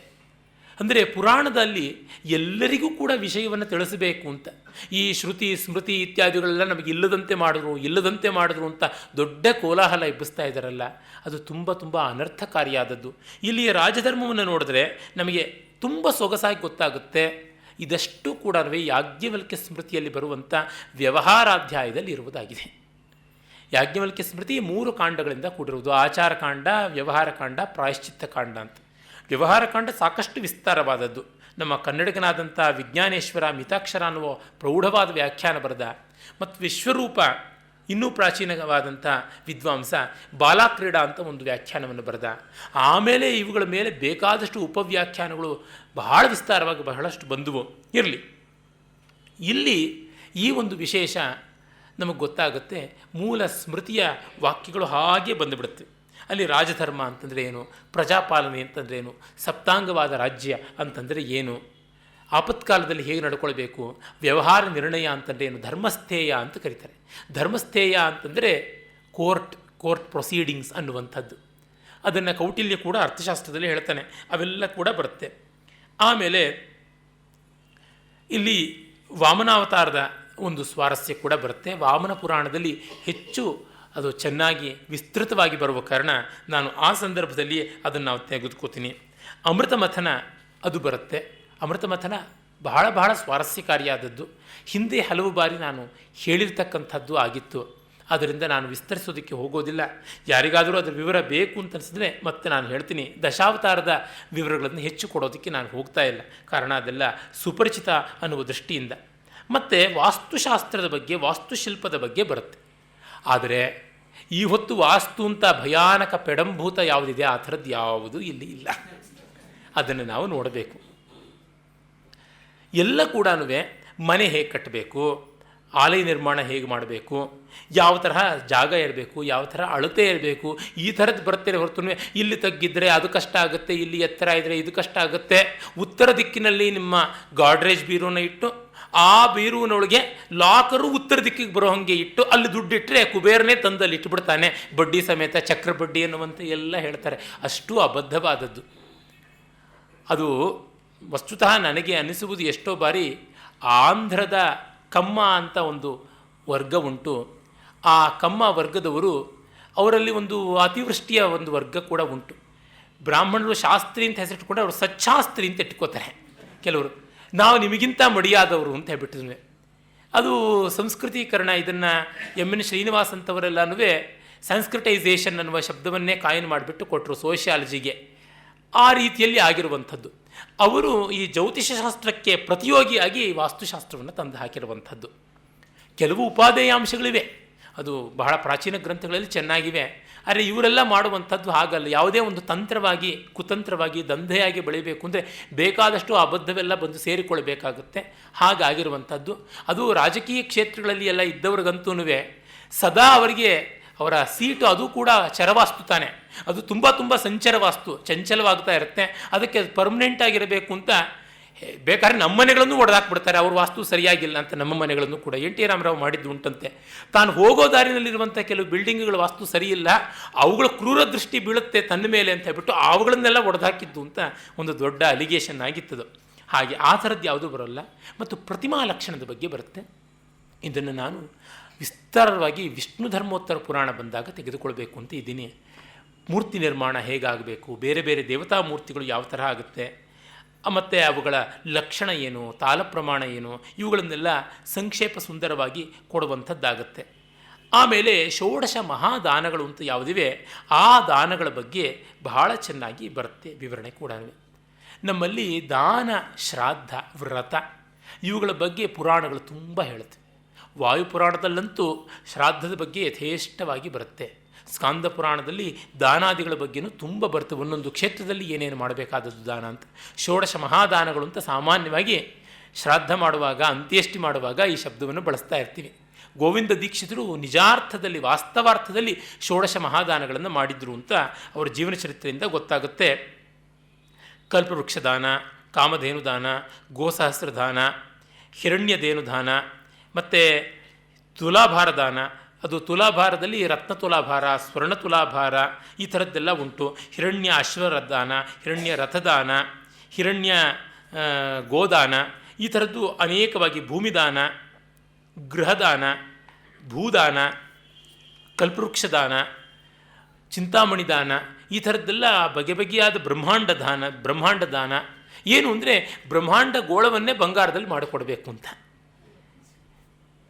ಎಷ್ಟೆಷ್ಟು ಇದ್ದರೂ ಅದನ್ನು ವಿತರಣೆ ಮಾಡಬೇಕು ಅನ್ನುವಂಥದ್ದು. ಹಿಂದೆ ನಮ್ಮ ಮಹಾರಾಜರುಗಳೆಲ್ಲ ತುಲಾಭಾರಾದಿಗಳು ಮಾಡಿಸ್ಕೊಂಡು ಮಾಡ್ತಾಯಿದ್ರು. ತುಲಾಭಾರ ಮಂಟಪ ಅಂತಲೇ ಇರ್ತಾಯಿದ್ವು. ವಿಜಯನಗರದ ಅಂದರೆ ಇವತ್ತಿನ ಹಂಪಿಯಲ್ಲಿ ವಿಜಯ ವಿಠ್ಠಲ ಸ್ವಾಮಿ ದೇವಸ್ಥಾನದ ಕಡೆ ಹೋಗುವಾಗ ಅಲ್ಲಿ ನಮಗೆ ಈಗಲೂ ಕಾಣಿಸುತ್ತೆ ತುಲಾ ಮಂಟಪ ಅಂತ. ಆ ಒಂದು ಫ್ರೇಮ್ ಈಗಲೂ ಕೂಡ ಇದೆ, ತೋರಣ ಕಲ್ಲಿನಲ್ಲಿ ಮಾಡಿರ್ತಕ್ಕಂಥದ್ದು ಬಹಳ ಚೆನ್ನಾಗಿ ಕಾಣಿಸುತ್ತೆ. ಹೀಗೆ ಅವುಗಳೆಲ್ಲದರ ಬಗ್ಗೆ ಕೂಡ ಬಹಳ ಚೆನ್ನಾಗಿರ್ತಕ್ಕಂತಹ ವಿವರಗಳನ್ನು ನಾವು ನೋಡ್ತೀವಿ. ಆಮೇಲೆ ನರ್ಮದಾ ಮಹಾತ್ಮ್ಯ ಬರುತ್ತೆ. ವಿಶೇಷವಾಗಿ ನರ್ಮದೆಯದು ಮತ್ತು ಪ್ರಯಾಗದ್ದು ಮಹಾತ್ಮ್ಯ ಬರುತ್ತೆ. ಕಥೆ ಯಾವುದೂ ಇಲ್ಲ. ಆ ನದಿಯ ದಡದಲ್ಲಿ ಕೂತು ಜಪ ಮಾಡಿದರೆ, ತಪ ಮಾಡಿದರೆ, ದಾನ ಮಾಡಿದರೆ, ಉಪವಾಸ ಮಾಡಿದರೆ, ವ್ರತ ಮಾಡಿದರೆ ಎಷ್ಟೆಲ್ಲ ಫಲ ಬರುತ್ತೆ ಅನ್ನುವಂಥದ್ದು ಬರುತ್ತೆ. ಹಾಗೆ ವಾರಾಣಸಿ ಅದರ ಮಹಾತ್ಮ್ಯ ಏನು ಅಂತ, ಅದನ್ನು ಅವಿಮುಕ್ತ ಕ್ಷೇತ್ರ ಅಂತ ಹೇಳ್ತಾರೆ. ಅವಿಮುಕ್ತ ಕ್ಷೇತ್ರ ಯಾವ ಅರ್ಥದಲ್ಲಿ ಅಂದರೆ ಶಿವ ಅದನ್ನು ಎಂದೂ ವಿಮುಕ್ತ ಬಿಟ್ಟು ಹೋಗುವುದಿಲ್ಲ, ಅಲ್ಲಿಯೇ ಪರ್ಮನೆಂಟಾಗಿರ್ತಾನೆ. ಅದಕ್ಕೋಸ್ಕರವಾಗಿ ಅದು ಅವಿಮುಕ್ತ ಕ್ಷೇತ್ರ ಅಂತ ಕರೆಯುವುದುಂಟು. ಕಾಶಿ ಅನ್ನುವ ಶಬ್ದವೇ ಕಾಶ್ ಧಾತುವಿನಿಂದ ಬಂದದ್ದು. ಕಾಶ್ ಅಂದರೆ ಕಾಂತಿ ಅಂತ ಹೇಳ್ಬಿಟ್ಟಿದ್ವಿ, ಪ್ರಕಾಶನ ಮಾಡುವಂಥದ್ದು. ಕಾಶ್ಯಾಂ ಹಿ ಕಾಶತೆ ಕಾಶಿ ಅಂತಲೇ ಒಂದು ಶ್ಲೋಕ ಕೂಡ ಕಾಶಿ ಮಹಾತ್ಮ್ಯದ್ದು ಶಂಕರರದು ಅಂತ ಹೇಳುವಂಥದ್ದು ಸಿಗುತ್ತೆ. ಆ ತರಹ ಅಲ್ಲಿ ನಮಗೆ ಕಾಶಿ ಅಂತನ್ನೋದು ಬೆಳಕಿನದು, ಸಿಟಿ ಆಫ್ ಲೈಟ್ ಅಂತಲೇ ಒಂದು ಪುಸ್ತಕ ಕೂಡ ಕಾಶಿ ಬಗ್ಗೆ ಉಂಟು. ನಮ್ಮವರೇ, ಕನ್ನಡದವರೇ, ಬೆಂಗಳೂರಿನವರೇ ಆದಂಥ ಚಂದ್ರಮೌಳಿ ಅನ್ನುವಂಥವರು ಬಹಳ ಚೆನ್ನಾಗಿ ಒಂದು ಒಳ್ಳೆಯ ಇಂಗ್ಲೀಷ್ನ ಪುಸ್ತಕವನ್ನು ಕೂಡ ಬರೆದಿದ್ದಾರೆ.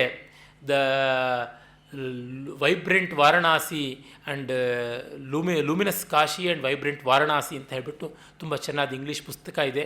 ಮೋತಿ ಚಂದ್ರ ಅಂತನ್ನುವರು ಕೂಡ ಕಾಶಿಕಾ ಇತಿಹಾಸ ಅಂತ ಬಹಳ ಒಳ್ಳೆಯ ಪುಸ್ತಕವನ್ನು ಹಿಂದಿಯಲ್ಲಿ ಬರೆದಿದ್ದಾರೆ. 10 ಹಲವು ಪುಸ್ತಕಗಳು ನಮಗೆ ಸಿಗುತ್ತವೆ. ಅಲ್ಲಿ ಕಾಶಿಯನ್ನು ತುಂಬ ದೊಡ್ಡದು ಅಂತ ಭಾವಿಸಿದ್ದಕ್ಕೆ ಅನೇಕ ಕಾರಣಗಳು ಬರ್ತವೆ. ಬೇರೆ ಬೇರೆ ಪುರಾಣಗಳಲ್ಲಿ ಎಲ್ಲ ಸೇರಿರುವಂಥ ಅಂಶಗಳನ್ನು ತೆಗೆದುಕೊಂಡು ಹೇಳುವುದಿದ್ದರೆ, ಮೊದಲಿಗೆ ಕಾಶಿ ಎಲ್ಲ ಜನಗಳವರು ಬಂದು, ಎಲ್ಲ ಧಾರ್ಮಿಕ ನಾಯಕರು, ಎಲ್ಲ ದಾರ್ಶನಿಕ ನಾಯಕರು ಬಂದು ವಾಸ ಮಾಡಿದ್ರು. ಅಲ್ಲಿಂದಲೇ ತತ್ವ ಪ್ರಚಾರ ಆರಂಭ ಮಾಡಿದ್ರು ಅಂತ. ಸಾಮಾನ್ಯವಾಗಿ ನಮ್ಮಲ್ಲಿ ಹೇಳ್ತಾರೆ ಜೈನ, ಬೌದ್ಧ ಇವೆಲ್ಲ ಕೂಡ ಸನಾತನಕ್ಕೆ ವಿರೋಧವಾಗಿ ಬಂತು ಅಂತ. ಹಾಗಿದ್ದಲ್ಲಿ ಇವೆಲ್ಲ ಕಾಶಿಯಲ್ಲಿ ಆರಂಭ ಅಂದರೆ ಅದು ಕಾಶಿಗೆ ವಿರುದ್ಧವಾಗಿ ಇನ್ನೆಲ್ಲೂ ಆರಂಭ ಆಗಬೇಕಾಗಿತ್ತಲ್ಲ. ಹಾಗಾಗದೆ ಕಾಶಿಯಲ್ಲೇ ಬುದ್ಧ ಪ್ರಥಮೋಪದೇಶ ಮಾಡಿದ್ದು ಕಾಶಿಯಲ್ಲೇನೆ. ತೀರ್ಥಂಕರರ ಪೈಕಿ 22 ಜನ ತೀರ್ಥಂಕರರು ಕಾಶಿಯಲ್ಲೇ ಬಂದಿದ್ದರು ಅಂತ ಗೊತ್ತಾಗುತ್ತೆ. ಅದೇ ರೀತಿ ಶಂಕರರು, ರಾಮಾನುಜರು, ಮಧ್ವರು, ವಲ್ಲಭರು, ನಿಂಬಾರ್ಕರು, ಚೈತನ್ಯರು ಎಲ್ಲರೂ ಕಾಶಿಗೆ ಹೋದವರೇ. ಮತ್ತು ಕಾಶಿಯಲ್ಲಿ ಸನ್ಯಾಸಿಗಳ ದೊಡ್ಡ ಪರಂಪರೆಯೇ ಇತ್ತು, ಸನ್ಯಾಸಿಗಳ ದೊಡ್ಡ ದೊಡ್ಡ ಸಮೂಹವೇ ಇತ್ತು ಅಂತ, ಒಂದೊಂದು ಅಖಾಡ ಇತ್ತು ಅಂತ, ಅದಕ್ಕೆ ಒಂದೊಂದು ಮಂಡಲ ಅಂತ, ಆ ಮಂಡಲಕ್ಕೆ ಮಂಡಲೇಶ್ವರರು, ಇಂಥ ಎಷ್ಟೋ ಮಂಡಲಗಳಿಗೆ ಮಹಾಮಂಡಲೇಶ್ವರರು ಅಂತೆಲ್ಲ ಇದ್ದರು ಅಂತ ಗೊತ್ತಾಗುತ್ತೆ. ಅದು ಮಾತ್ರವಲ್ಲದೆ ನಮ್ಮ ಎಲ್ಲ ದೊಡ್ಡ ದೊಡ್ಡ ರಾಜರುಗಳು, ವೇದಗಳಲ್ಲಿ ಕಾಣಿಸುವ ರಾಜರನ್ನೆಲ್ಲ ಕಾಶಿಗೆ ಅಸೋಸಿಯೇಟ್ ಮಾಡಿದ್ದೀವಿ. ವೇದದಲ್ಲಿ ಕಾಶಿಯ ಉಲ್ಲೇಖ ಕಾಣಿಸೋಲ್ಲ ಅಂತಿಲ್ಲ, ಇದೆ. ಆದರೆ ಅದರ ಉಲ್ಲೇಖ ಸಪ್ತ ಸಿಂಧು ಪ್ರದೇಶದಷ್ಟು ವಿಶೇಷವಾಗಿ ಕಾಣಿಸೋದಿಲ್ಲ. ಆದರೆ ಅಲ್ಲಿ ಪ್ರಸಿದ್ಧನಾದಂಥ ರಾಜ ಯಾರು? ದಿವೋದಾಸ. ಅವನು ದಿವಃ ದಾಸಃ, ಅಂದರೆ ಕಾಂತಿಯ, ಆಕಾಶದ ಬೆಳಕಿನ ದೇವತೆಗಳಿಗೆ ದಾಸನಾದಂಥವನು. ಅವನು ಕಾಶಿಯನ್ನು ಆಳ್ತಾ ಇದ್ದ ಅಂತ ಪುರಾಣಗಳಲ್ಲಿ ಎಲ್ಲ ತಪ್ಪದೇ ಬರುತ್ತೆ. ಅವನಿಂದ ಶಿವ ಎಷ್ಟೆಷ್ಟೆಲ್ಲ ಕಷ್ಟಪಟ್ಟು ಏನೆಲ್ಲ ತಂಟೆ ತಕರಾರು ಪಟ್ಟು ಕಾಶಿಯನ್ನು ಬಿಡಿಸಿಕೊಂಡ ಅಂತಲೂ ಬರುತ್ತೆ. ಅಂದರೆ ಶಿವನೇ ಕಾಶಿಯ ಮೋಹಕ್ಕೆ ತುತ್ತಾದ ಅಂತ. ಮತ್ತು ಅಲ್ಲಿಯೇ ಒಂದು ಕಥೆ ಬರುತ್ತೆ. ಕಾಶಿಯಲ್ಲಿ ಒಮ್ಮೆ ವ್ಯಾಸರು ಅನೇಕ ವರ್ಷಗಳ ಕಾಲ, ಅಂದರೆ 12 ವರ್ಷಗಳ ಕಾಲ ತಪಸ್ಸು ಮಾಡ್ತಾರೆ. ತಪಸ್ಸು ಮಾಡಿ ತಪಸ್ಸಿನಿಂದ ಎದ್ದು ಭಿಕ್ಷೆಗೆ ಅಂತ ಬರ್ತಾರೆ. ಕಾಶಿಯಲ್ಲಿ ಭಿಕ್ಷೆನೇ ಸಿಗೋದಿಲ್ಲ. ಅದಕ್ಕೆ ಶಿವಪುರಾಣದಲ್ಲಿ ಇನ್ನೊಂದು ಕರಾಲರಿ ಬರುತ್ತೆ. ಹಸಿವು ಯಾರಿಗೆ ಏನನ್ನೂ ಮಾಡಿಸ್ಬೋದು ಅಂತನ್ನೋದನ್ನು ಶಿವ ಹೇಳಿದಾಗ ಪಾರ್ವತಿ ಒಪ್ಕೊಳ್ಳಲ್ಲ. ಇಲ್ಲ, ಜ್ಞಾನಿಗಳಿದ್ದಾರೆ, ಜಿತೇಂದ್ರಿಯರಿದ್ದಾರೆ, ಅವರಿಗೆಲ್ಲ ಇದೇನೂ ಆಗೋಲ್ಲ ಅಂತ. ಹಾಗಿದ್ರೆ ನೋಡು, ವ್ಯಾಸನ್ನೇ ನಾವು ಪ್ರಯೋಗಪಶವಾಗಿ ತೆಗೆದುಕೊಳ್ಳೋಣ ಅಂತ ಯಾರಿಗೂ ಅನ್ನ ಸಿಗಬಾರ್ದು ಅನ್ನುವಂತೆ ಮಾಡಿಬಿಡ್ತಾನೆ ಶಿವ. ಅಂದರೆ ಒಬ್ಬ ವ್ಯಾಸ ಮಾತ್ರವಲ್ಲ, ಆತನಿಗೆ ಅನೇಕ ಸಾವಿರ ಶಿಷ್ಯರಿರ್ತಾರೆ. ಯಾರಿಗೂ ಇಲ್ಲ, ಯಾರ ಮನೆ ಮುಂದೆ ಭಿಕ್ಷಾಪಾತ್ರೆ ಇಟ್ಕೊಂಡೋದ್ರು ಇಲ್ಲ ಅಂತಾರೆ. 12 ದಿವಸವಾಗುತ್ತೆ. ತುಂಬ ಹಸಿವಾಗ್ಬಿಡುತ್ತೆ. ಕೋಪ ಬಂದು ಕೈ ನಡುಗ್ತಾ ಇರುತ್ತೆ ಪಾಪ. ನೀರಂತ ತಗೊಂಡು ಕಾಶಿಯಲ್ಲಿ ಇನ್ನು ಮೇಲೆ ಯಾರೂ ಬದುಕದೆ ಹೋಗಲಿ, ಇದು ಹಾಳಾಗಲಿ ಅಂತ ಶಾಪ ಕೊಡಬೇಕು ಅಂತ ಅಂದುಕೊಳ್ತಾನೆ. ಜಾರು ಹೋಗ್ತಾ ಇರುತ್ತೆ ಶಾಪ ಕೊಡೋಕ್ಕೆ ಮುಂಚೆನೆ.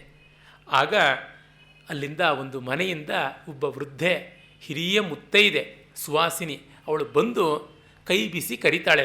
ಶ್ರೀನಾಥ ಕವಿ ಬಹಳ ಚೆನ್ನಾಗಿ ಕಾಶಿಖಂಡಮು ಅನ್ನುವಂಥ ಗ್ರಂಥದಲ್ಲಿ ಅವನು ಹೇಳ್ತಾನೆ, ವೇದ ಪುರಾಣ ಶಾಸ್ತ್ರ ಪದವೀ ರದವೀಯಸಿ ಏನ ಪೆದ್ದ ಮುತ್ತೈದುವ ಕಾಶಿಕಾನಗರ ಹಾಟಕ ಪೀಠ ಶಿಖಾದಿರೂಢ ಯಾದಿಮ ಶಕ್ತಿ ಸಂಯಮಿವರ ಇಟು ರಮ್ಮನಿ ಪಿಲ್ಚೆ ಕರ ಕಂಕಣಂಬುಲು ಗಲ್ಲು ಗಲ್ಲನನ್ ಅಂತ ಹೇಳಿಬಿಟ್ಟು ಆ ಕೈಯ ಕಂಕಣಗಳು ಗಲಗಲ ಅಂತಿದ್ದಾಗ, ಇದು ಏನಪ್ಪ, ವೇದ ಪುರಾಣ ಶಾಸ್ತ್ರ ಪದವಿಗಳು ಅದವಿಯಸಿ ದೂರವಲ್ಲದೆ ಇರತಕ್ಕಂಥ, ಎಲ್ಲ ನಿಕಟವಾಗಿರ್ತಕ್ಕಂಥ ಕಾಶಿ, ಪೆದ್ದ ಮುತ್ತೈದುವ ಆದಿಮಶಕ್ತಿ, ಅಂಥ ಕಾಶಿಯನ್ನು ನೀನು ಶಾಪ ಕೊಡೋಕೆ ಹೊರಟಿಯಲ್ಲ, ಏನು ಅನ್ಯಾಯ, ಬಾ ನಿನಗೆ ಹಸಿವ, ಊಟ ಹಾಕ್ತೀನಿ ಅಂತ.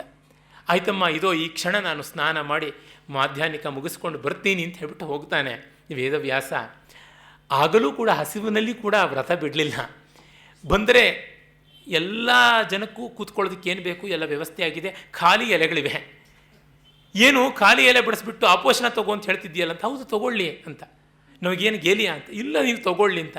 ಹಾಗೆ ಆಪೋಷಣ ತೆಗೆದುಕೊಳ್ತಾ ಇದ್ದಂತೇನೆ ಆಪೋಷಣ ತಗೊಂಡು ಇನ್ನು ಸತ್ಯಂತ್ವರ್ತೇನ ಪ್ರಶಂಸಾಮಿ ಅಂತ ಪ್ರೋಕ್ಷಣೆ ಮಾಡಬೇಕಲ್ಲ, ಗಾಯತ್ರಿ ಮಂತ್ರ ಹೇಳಿ ಅವರವರು ಬಯಸಿದ ಅವರವ್ರ ರುಚಿಯ ಆಹಾರ ಪದಾರ್ಥ ಅವ್ರವ್ರಿಗೆ ಎಷ್ಟೆಷ್ಟು ಕ್ವಾಲಿಟಿ ಕ್ವಾಂಟಿಟಿಯಲ್ಲಿ ಬೇಕು ಆ ರೀತಿ ಎಲೆಗಳಲ್ಲಿ ಸಾಕ್ಷಾತ್ಕರಿಸ್ತು ಅಂತ.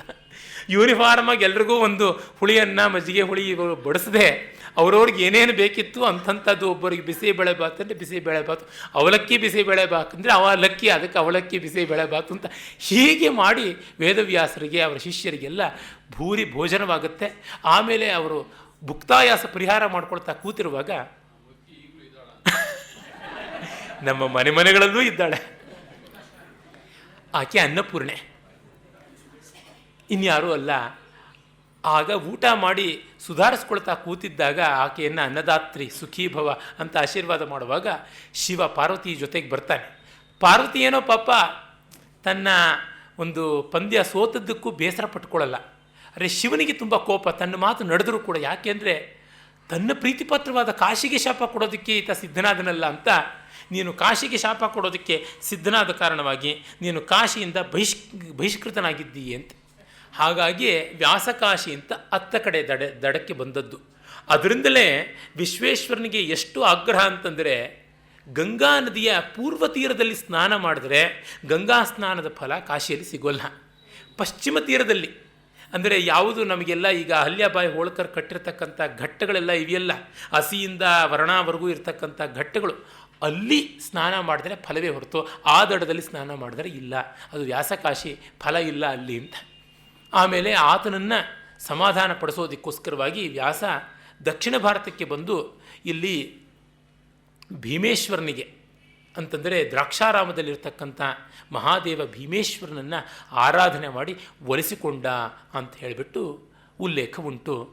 ಅಂದರೆ ಇಲ್ಲಿ ಏನು ದೇವತೆಗಳು ಹೀಗೆಲ್ಲವೇ ಮಕ್ಕಳಂತೆ ಕಚ್ಚಾಡಿಸೋದು ಮತ್ತೊಂದು ಅಂದರೆ ಕಾಶಿ ಕ್ಷೇತ್ರದ ಮಹಾತ್ಮ್ಯ ಅಲ್ಲಿ ವಿವಕ್ಷಿತವಾದದ್ದಷ್ಟೇ.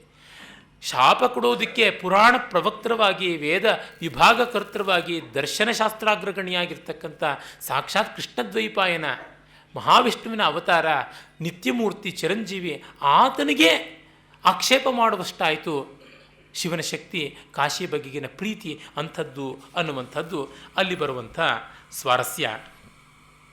ಆಮೇಲೆ ಮತ್ತು ಒಂದು ಈ ಪುರಾಣದಲ್ಲಿ ಬರುವಂಥ ಕಥೆ ಆಕರ್ಷಕವಾದದ್ದು ರಜಿ ಕಥೆ. ಹಿಂದೊಮ್ಮೆ ಸ್ವಯಂಭುವ ಮನುವಿನ ವಂಶದಲ್ಲಿ ಬಂದವನು ರಜಿ ಅನ್ನುವ ಮಹಾರಾಜ. ಆ ಮಹಾರಾಜನಿಗೆ 500 ಜನ ಮಕ್ಕಳು.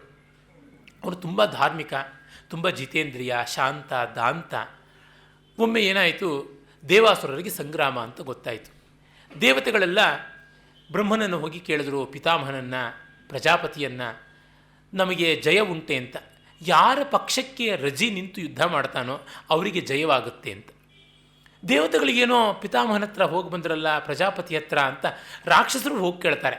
ಅವರಿಗೂ ಇದೇ ಉತ್ತರ ಹೇಳ್ತಾನೆ, ಇಬ್ಬರಿಗೂ ಸಮನಾಗಿರಬೇಕಲ್ವ ಪಾಪ ತಂದೆಯಾಗಿ. ಆಗ ರಾಕ್ಷಸರು ಮುಂಚೆ ಹೋಗಿ ಕೇಳ್ತಾರೆ, ರಜಿ ನೀನು ಬಂದುಬಿಡು ನಮ್ಮ ಪಕ್ಷಕ್ಕೆ ಅಂತ. ನಾನು ನಿಮ್ಮ ಪಕ್ಷ ಸೇರಿದ್ರೆ ನನಗೇನು ಕೊಡ್ತೀರಾ ಅಂತ ಇವನು ಕೇಳ್ತಾನೆ.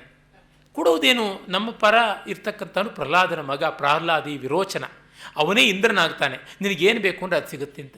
ನನಗೆ ಇಂದ್ರ ಪದವಿ ಕೊಡ್ತಾನ ಅಂತ.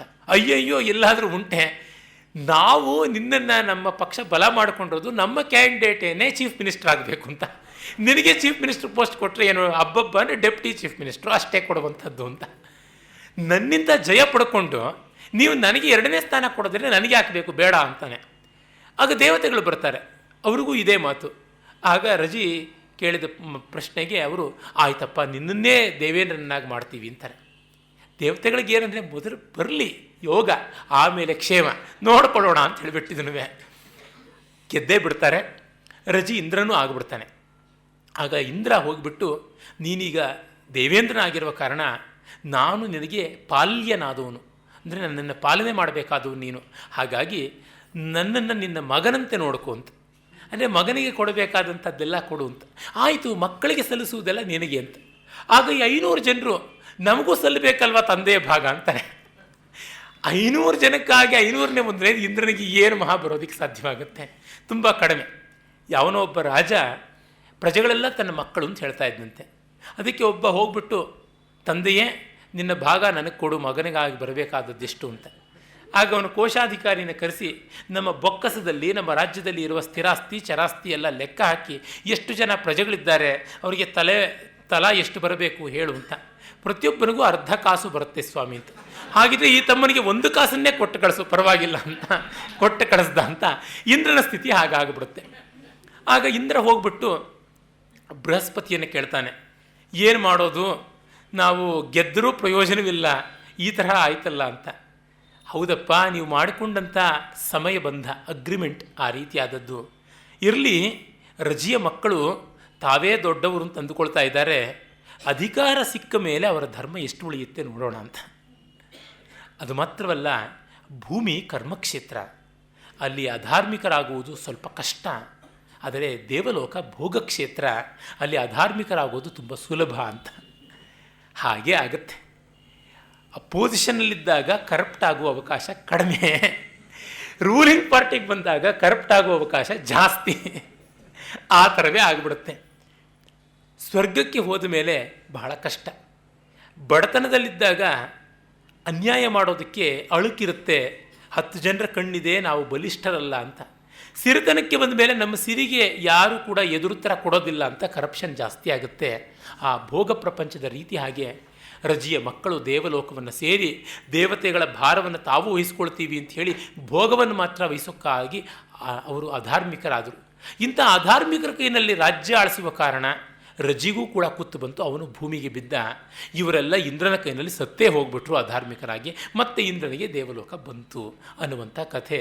ಇದು ಒಂದು ಎಚ್ಚರ ಇರಬೇಕು ಅಂತ ಇಷ್ಟು ಹೇಳಿ ಮತ್ಸ್ಯಪುರಾಣದ ಪರಿಚಯವನ್ನು ಮುಗಿಸೋಣ. ಮುಂದೆ ನಾವು 2 ತಿಂಗಳಾದ ಮೇಲೆ ವಾಯುಪುರಾಣಾದಿಗಳನ್ನೆಲ್ಲ ನೋಡೋಣ. ಓಂ ತತ್ಸತ್. ಮಾಡಿದವರಿಗೆ ಕೃತಜ್ಞತೆಯನ್ನು ಸಲ್ಲಿಸುವ ಕರ್ತವ್ಯ ಇದೆ.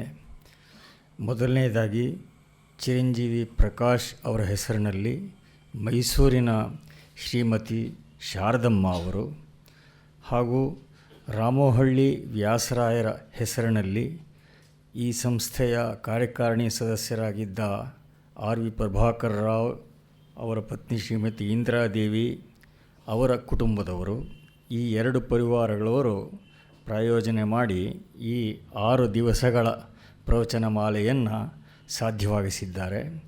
ಅವರಿಗೆ ಮತ್ತು ಈ ಪ್ರವಚನ ಮಾಲೆಯನ್ನು ಸೊಗಸಾಗಿ ನಡೆಸಿಕೊಟ್ಟ ಶತಾವಧಾನಿ ಡಾಕ್ಟರ್ ರಾ ಗಣೇಶ್ ಅವರಿಗೆ ತಮ್ಮೆಲ್ಲರ ಪರವಾಗಿ, ಸಂಸ್ಥೆಯ ಪರವಾಗಿ ಕೃತಜ್ಞತೆಗಳನ್ನು ಅರ್ಪಿಸ್ತಾ ಇದ್ದೇನೆ.